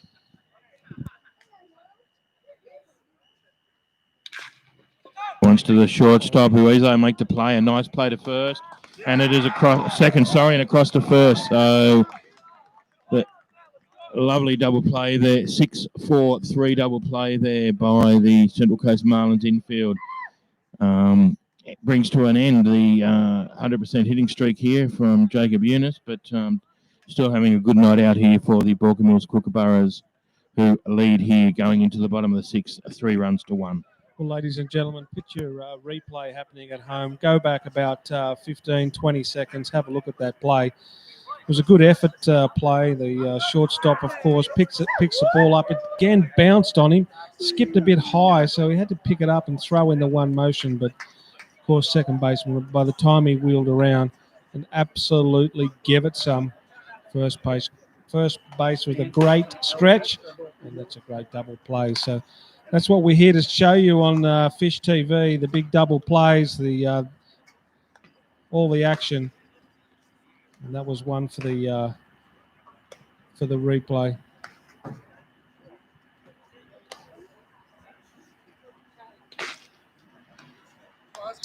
So, yes, a new pitcher on the mound here, Grant. I'll hand it over to you to give us a rundown on this dude. He looks like he's got something about him. Yeah, I don't know a lot about him. I do remember him pitching last year. Tom Stinsick is the name. Yeah, it looks to be a hard-throwing right-hander here for the Baulkham Hills Kookaburras. If I remember correctly, he might have been... I've got a feeling he was the second grade starting pitcher last year and did extremely well. Threw a lot of innings and was the reason for the success of the Baulkham Hills Kookaburras. If I remember correctly, I haven't got the stats in front of me, but I have a feeling that last year he was a standout pitcher in second grade for Baulkham Hills. Obviously making the move up here tonight, relieving in first grade. I will get someone to double check that, but as I said, it's the opposition, so I don't know as much, but I've got a feeling that... We were looking for Jakey Amos to get us off and running here in this. We obviously need to be able to peg this lead back. We're in the bottom of the 6th here, Central Coast Baseball Park. Jakey Amos puts it through the right side there, but the second baseman has it in time. Matt throws a little bit off target, but Matty Bennett able to grab the ball and make the play there at first. So Jakey Amos thrown out at first base. That's why your second base is playing probably MVP running at the moment in this game. That's another great out. It covers a lot of territory to get across to the right-hand side. He's left. There's sort of a slap hit by Amos, and it was one of those ones where it didn't have quite the pace, but it did have the direction. That was going to run away.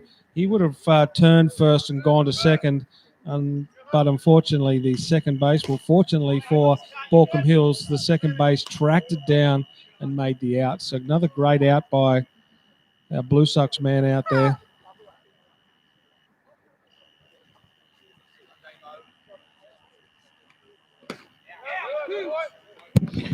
And strike 2 there on Damien Rutherford, the Central Coast Marlins left fielder.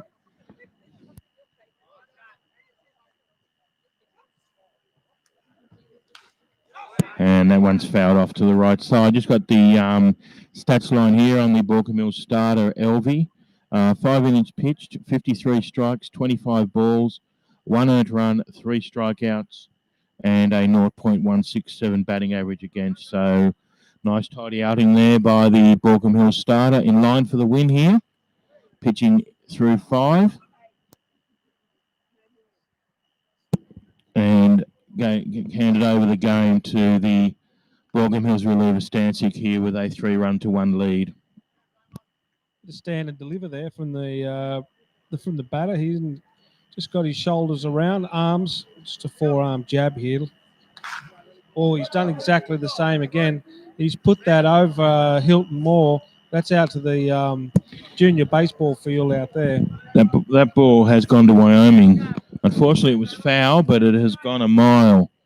He was well in front of a pitch too. He, as I said, just a forearm jab.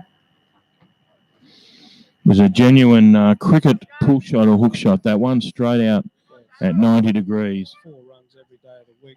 6 runs every day of the week. Yeah, that's right. Even on the MCG. And that one's gone a long way as well, but up in the air and over the fence for a foul. This is a big at bat. There's a lot of he's hit a lot of foul balls in here. He doesn't want to give it up. Of course, there's runs here to be made for Central Coast. They need to make up the deficit, so he's in here with everything he's got. And that commentator's curse. Nice curveball. Yeah, nice curveball there. Freezes him and finds the zone. And Damien Rutherford there called out on strikes by Bobby Crawford. That was definitely in there. And on that occasion, the pitch was just too good. Froze him, looking for fastball again. Got the breaking ball. And that one's in the dirt there. Now batting for the Central Coast Marlins, Kurt Ealing.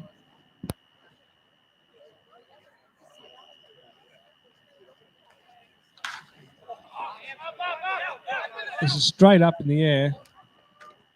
Catcher's not going to make the same mistake as he made before. And the catcher's got the ball there. Then it landed on the home plate there. So that was a very quick inning there for Baulkham Hills. 3 up, 3 out.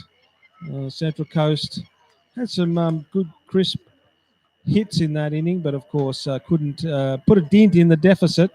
So they go into the top of the 7th. Still 3-1 down. Baulkham Hills looking to try and get some insurance here. Maybe one or 2 runs might do it. Yeah, 9:10, so we're probably going to go at least 8 here this evening. We might even go the 9, depending on how quick these are. So Central Coast Marlins probably with 2, maybe 3 more opportunities to narrow this gap, but they're quickly running out. Probably 6 at-bats to do something here. Yeah, 6 at-bats, 2 runs down at the moment. Really won't want to go any further down here.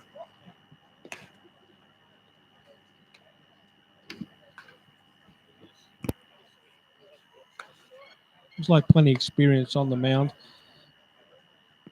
We'll see if we can wrap this one up.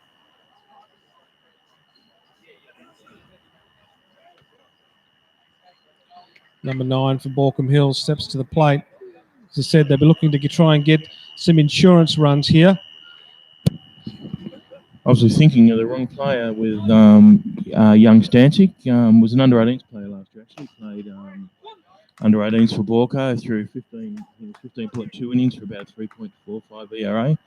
So stepping up and doing the job here in first grade this evening, and so far doing it quite well, hard-throwing young under-18s player. So congratulations to him. I assume it's not his debut, but obviously very much one of the young players at the start of their careers here. And we love to see that, on both sides of the diamond, whichever side they come from. At the end of the day, we're all part of the same baseball family, play together in representative teams, etc. So we certainly want to come away here with a W tonight, but it's great to see the young guys coming through and performing in the first grade arena here. A sweet hit foul there. First pitch. And that one's gone a long way. There's going to be room on that, but that is a long way up. Amos taking a read of it and can't make the catch. So that one did get the better of him. That ball went a long, long way in the air. Not quite happy with himself. He didn't have an initial read on it. He had to make an adjustment and then made the adjustment and got a lot of it and got a lot of the glove, but just not enough, and it popped out there, unfortunately. So all it is a big strike. It's ironic that it nearly fell in the same place as the last pitch of the the last inning. Two balls virtually falling in the same place. And that one's upstairs for a ball. Just a story there. One of the funniest things I've seen on a baseball diamond. We often talk about pitchers not catching the ball. And I remember one day, I think it was the Marlins, or it might have been in a junior state game or something. Young Bryce Proctor was on the pitching mound. The ball went up. Bryce pointed in the air as a pitcher and decided it wasn't his to catch. Walked away from the mound. No one else actually called it and took it. And the ball landed right in the foothole of the pitching plate where he walked away from. So yeah, I know the thing. The pitchers don't field their own balls, but in that case, it landed literally where he stood. And that one will be in there for a strike 3. So no damage there from the drop third strike, with the batter called out there on strikes by Bobby Crawford. So 1 out here in the top of the 7th. Yeah, Amos's feeling a little bit better for himself right now, which is good. As I said, they want to try and get the quick inning here and get back and try and work their way through this deficit. Amos tried to pull it up there in the zone, but it was clearly low. Of course, it's a late night. Of course, playing in the Sydney teams, they're going to get home very late in the evening. Yeah, Baulkham Hill's not as late as, of course, as MacArthur, who we played last Wednesday. MacArthur got about a 2-hour drive. Baulkham Hill's, of course, probably more like an hour and a bit from here to the Baulkham Hills area. So still bit of a drive here on a Wednesday night. And of course, we have to do the opposite on away games. We've all got to head down to Sydney and play, and then head back home. So it is a commitment playing first grade and playing on the Wednesday night. But all the games count equally. So the couple of seasons we have won the competition has been largely on the back of the majority of our roster turning up for these Wednesday night games and ensuring a high percentage and getting us into the finals. So, very, very important part. There's been discussions at different times to remove the Wednesday night games or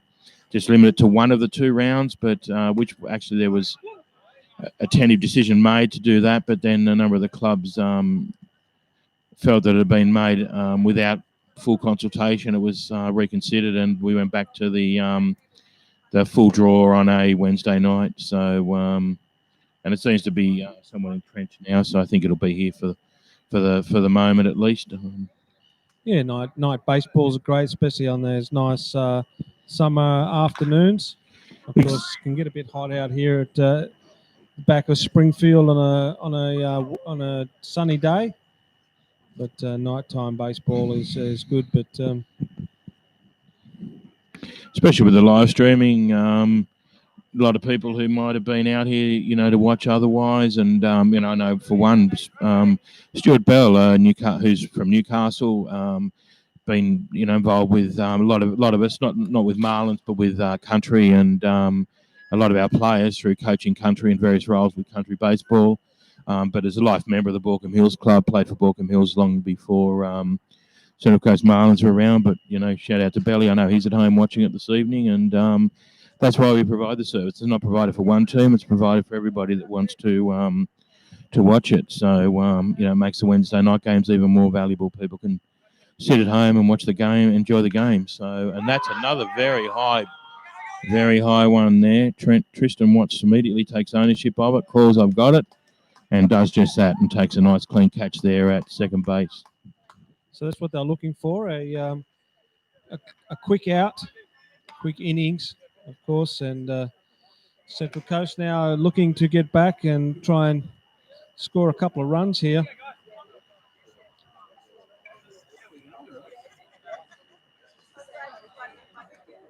What about the coaching for Central Coast? Is it remained the same this year, or is there new coaches in this year?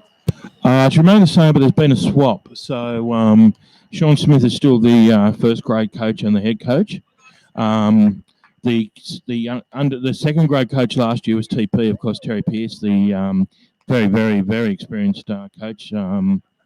well-respected coach, but coached 18s, coached second grade last year. He's traditionally been the 18s coach, and decided that he was toying with retirement, but ended up he sort of changed his mind, but cut back his involvement. But he's now coaching the under 18s.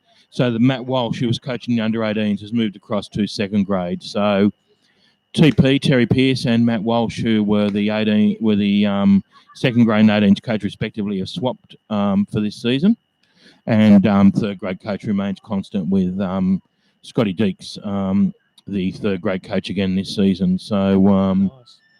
it is static, but with one changing of deck chairs, so to speak. Well, what can the Central Coast Marlins do here, Grant? They need to, of course, trying to manufacture. Yeah, they've got to manufacture a run. They've got to manufacture 2 runs. Well, one at a time. You've got to get a base runner first in this game. So and that might it looks like he's hit it too well. It's down the throat of left field. That was nice line drive contact there. The ball never got above about 10 metres, but straight down the throat of the left fielder there. So. Yeah, the way the Marlins have been hitting tonight, it won't be long, of course, to get into the season. Some of those will actually fall in the holes. They've driven some well-hit balls out there tonight, but, of course, straight to the fielders. Yeah, agree. There's been a lot of well-hit balls. Especially on the Central Coast side of the equation, most of them have been straight to fielders, just not quite finding the gaps. And that one's fouled down the third base line there by Jackson Smith.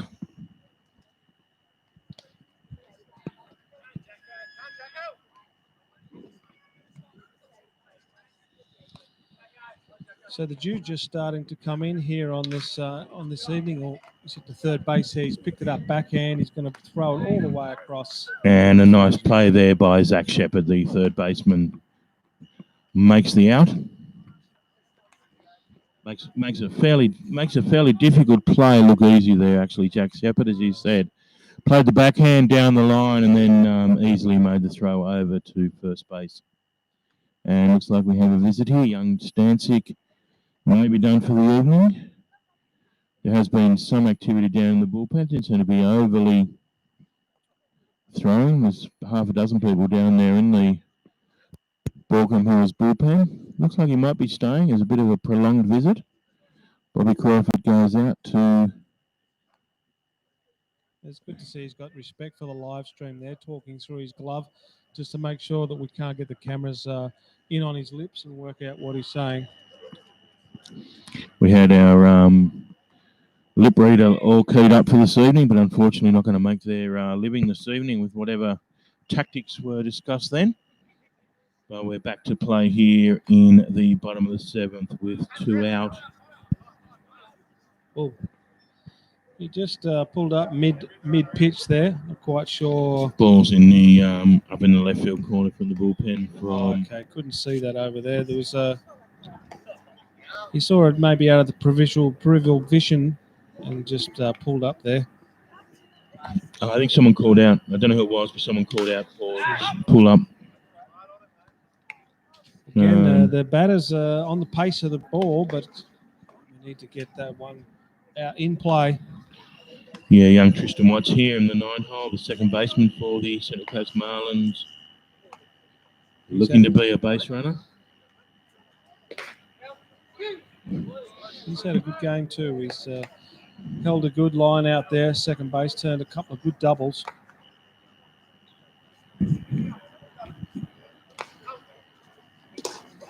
And holds up there. It gets checked. It won't be a swing, which it's not.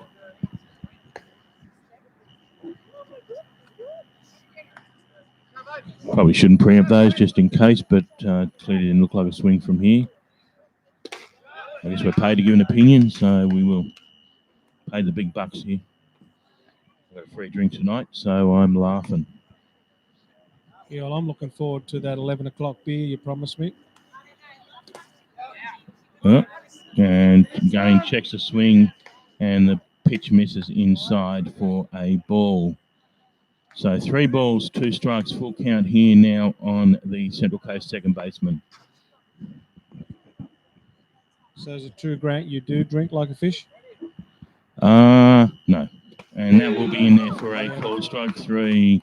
Nice breaking ball there by Tom Stinsick. Freezes Tristan, who turns away from the 9. About a 10-4 breaking ball there. Actually, the way it came across the plate, he thought he was in line for a hit by pitch. The ball has broken down and sharply to his right, found the inside edge of the plate, and he is rung up by Bobby Crawford there for the third out here in the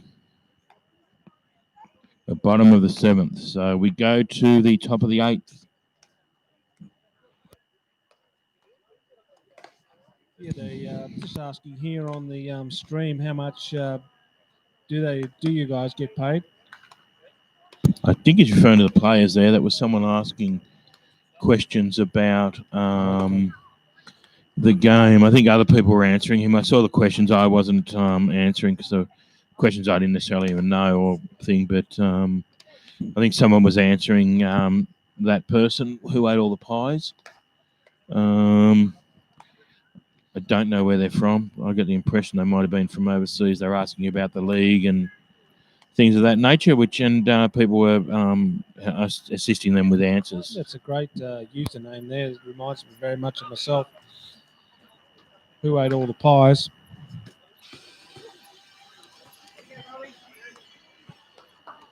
And Bon Jovi. But at 9:23, Grant, we start the top of the 8, 9:23. What does that give us, do you think?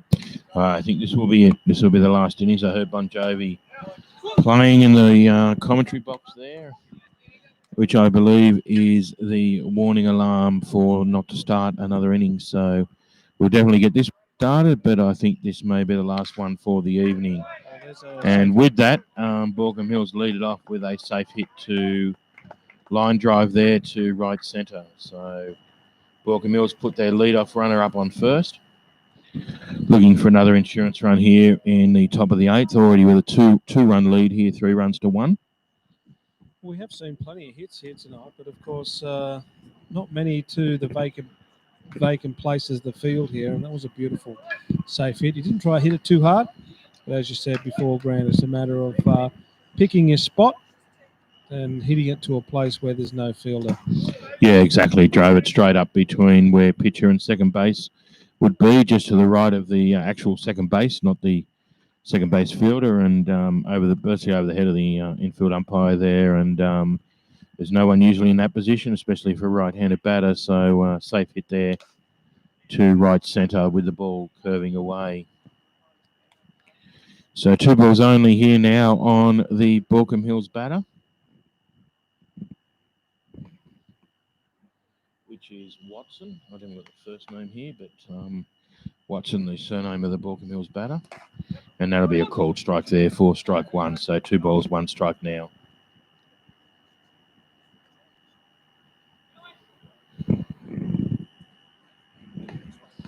Still some activity up there in the Baulkham Hills bullpen, so it looks like there may be a reliever. Looks like one of the Wells warming up there. I think I can't tell when I'm about 10 foot away, so I'm not going to guess this far away, but I think it's Lachlan. Yeah, take a guess. I think it's Lachlan, but I'm told I'm right. You only got 50% chance there, so you're on. Well, if they were hitting, I could tell because one's left and right-handed, but unfortunately they both pitch left-handed, so it makes it a bit harder. But as they've grown up, they've changed a little bit. There's a few things that you can tell them apart with, but I still struggle sometimes. I'm not sure the batter was confused on the count there, but yeah, I think he might have been confused on the count. He swinging at one that was way up and out, and then stood his ground to expect another pitch, and Bobby Burns said, "Listen, you better go and sit down, son." Yeah, it didn't seem like being told it either, but clearly someone had their count wrong. I doubt it was Bobby Crawford. I'm sure it wasn't. Otherwise, I'm sure the Baulkham dugout would have been screaming out there if the count was wrong. So clearly the batter just lost count there somewhere on the way through. And that one misses inside to even the count at 1-1. Just watching young Lachlan pitch up here. I haven't seen him pitch since he had the Tommy John surgery last season and missed a lot of the season over there in the American minor leagues. So are they twins? Yeah. So identical twins, should I say? Yeah, absolute identical twins. So how's I wonder how the household goes with the boys both having to leave. Is it their first stints in the US or? No, they're third, I think now. Lachlan went first, and then AJ went the following season. So I think Lachlan's been. So they're all hats at it then. Yeah, no, they've been there for a number of years now. Lachlan was the first to sign. I saw you talking to the mother earlier on. When do they head back over?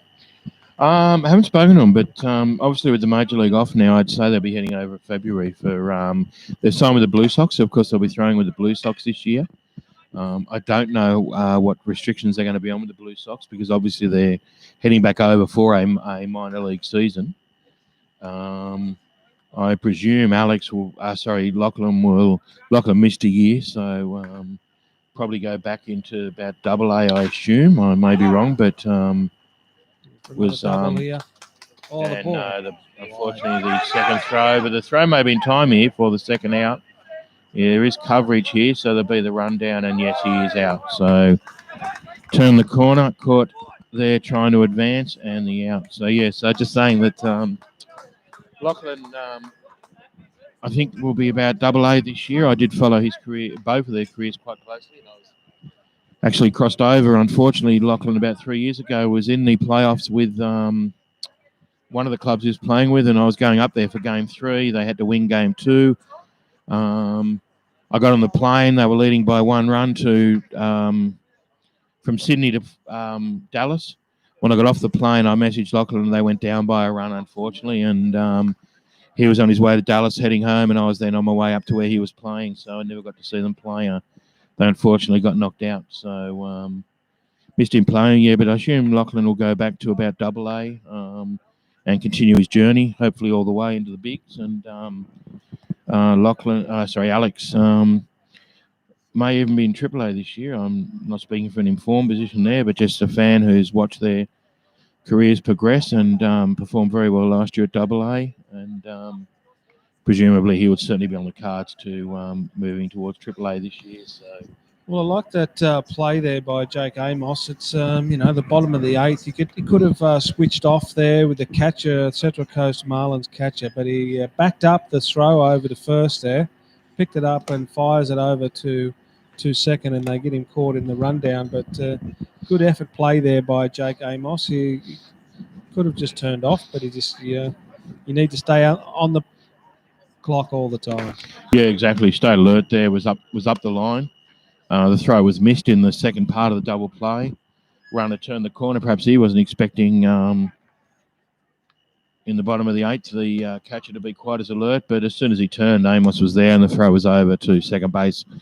And he wasn't halfway down the line, so he was then trapped in the rundown and then was easily made out back at first. So you can tell which brother it is now, where he's a little bit closer. He's standing on the mound. Yeah, it's about 140 metres away. Yeah, it's Lachlan.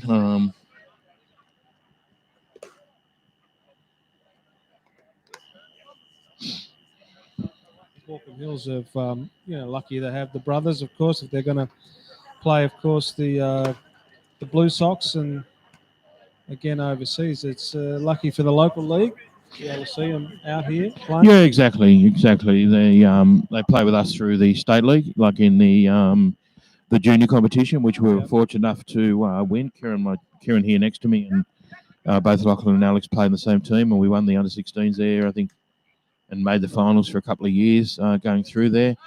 When they went to grade, they went to Baulkham Hills, which is fair enough. That's their choice. There's a lot of history there with different players and different relationships.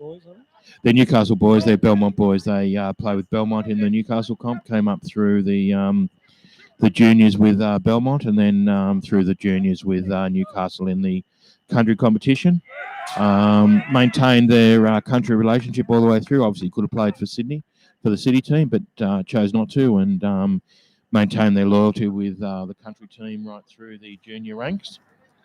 And of course, went on and played in various World Cup tournaments and so forth with the Australian side. So very, very successful careers, but very much at the end of their sort of junior career, but very much at the start of their adult career now, which hopefully will culminate for both of them in a MLB appearance somewhere down the track in I guess 2 or 3 years. Of course, this bottom of the 8th here, Grant. Of course, three at bats to see if Central Coast can pull this back. Yeah, need a base runner here desperately. Obviously, this is our last opportunity. 3 outs away from going down. But if you're gonna start anywhere, you may as well start at the top of the order. So Matt Reeves, the leadoff hitter here, is up to bat. So Matt Reeves, of course, played with the Welleses back in Newcastle. Matt Reeves also a Newcastle junior and came through in the same age group actually as the Welleses and Kieran. So they all played together at state level for many, many years together, and also in the successful state cup team. So these two have been on the same side, on the opposite side of the diamond, many, many times over the last 10 or more years. And Matt Reeves hangs off a high one there for a 2-2 count. What sort of heat is he throwing here? How many mile per hour do you reckon? Yeah, he normally sits low 90s, I believe. He's not that fast, I don't think. And I'm not a good judge of velocity. Sean Smith seems to have a good eye for it. I would have thought he's mid-80s at the moment, but I'm not facing it either, so it's easy to sit here and say that. Whatever it is, it's too fast for me. There's another bit of kit you can buy with all the dollars. Oh no, we haven't. We had a radar sitting here last year, so we could have put it on him, but we need to get the speed gun and we don't have it tonight. Here, another feed into the stream, but he looks like he's got it under control. You said he had surgery. Yeah, had Tommy Johns, as I understand it, which is not unusual for baseball pitchers. Missed most of last season. He came back, I believe, from memory late in the season through a few games. Through well, obviously came back fully recovered now. But as I said, look, it's certainly the way they're swinging. It looks fast. I don't think it's certainly as fast as I have seen him, but it's certainly at least high 80s, I would say. Well, it's not really what you want if you're trying to win a baseball game. No. I mean, from a batter's point of view, I mean. No, it's a handy closer to have. Yes. Come in and blow them away. And Michael Campbell now up to bat. Should be a little bit more accustomed, at least, to the speed, being a Blue Sox player. So this will be a bit of a more interesting battle here. Let's see how Michael Campbell goes with the velocity being generated here by young Lachlan Wells.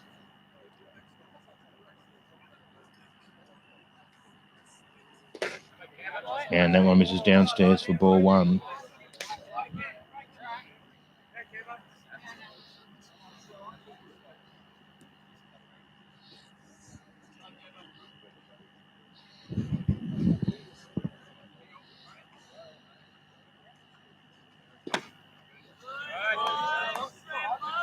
And that one misses for ball 2.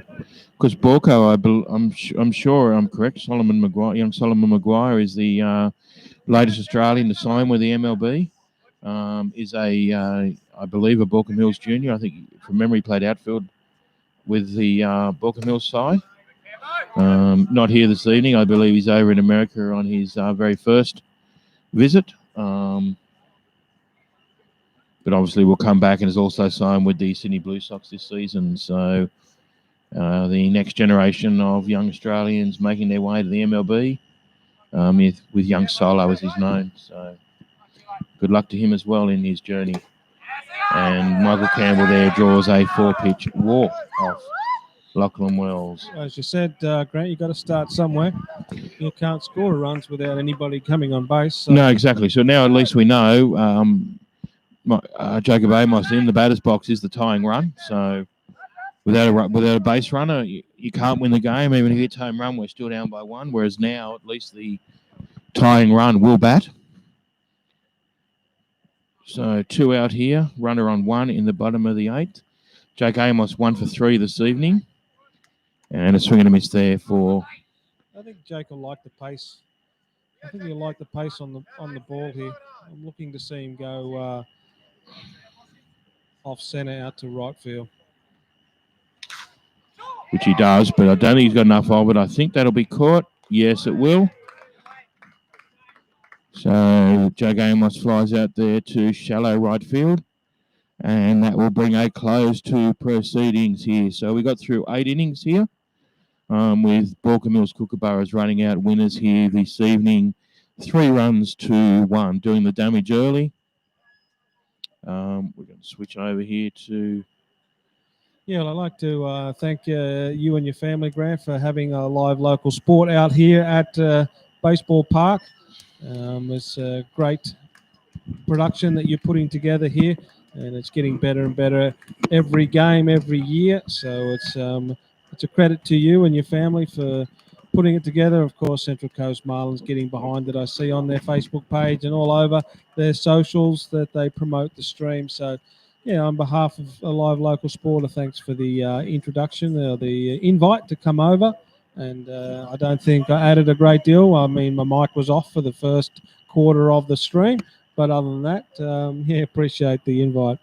No, welcome anytime. And hopefully we'll get back together later this year and do it all again. But we'll certainly be here again on Saturday with just a reminder that we have the full round of fixtures on Saturday, starting here at 11 o'clock. So we have the under 18s at 11, third grade at 1:30, second grade at 4 o'clock, and then the return fixture in first grade at 6:30 here. So hopefully we can bounce back on the weekend. But thank you to Les, thank you to Kieran and Declan, who are beside me, doing stats, doing scoreboard, doing all sorts of jobs to try and make me sound like I know, like I'm saying something that makes sense. But I think that might be a full-on task, so I'll just babble on and, yeah, whatever I say. But we trust you enjoyed it.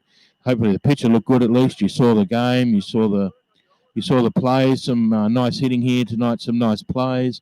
Was generally a good game of baseball, so we thank you for your audience, and we look forward to seeing you guys again on Saturday, and look forward to catching up again, hopefully with live local sport on another Wednesday night in the future. We're away, of course, next week to Cronulla, but back home again after that. So with that, we'll switch off for the evening. Thank you for the feedback. Thank you for the audience, and we look forward to bringing you to again on Saturday. With that, good night. Travel safe.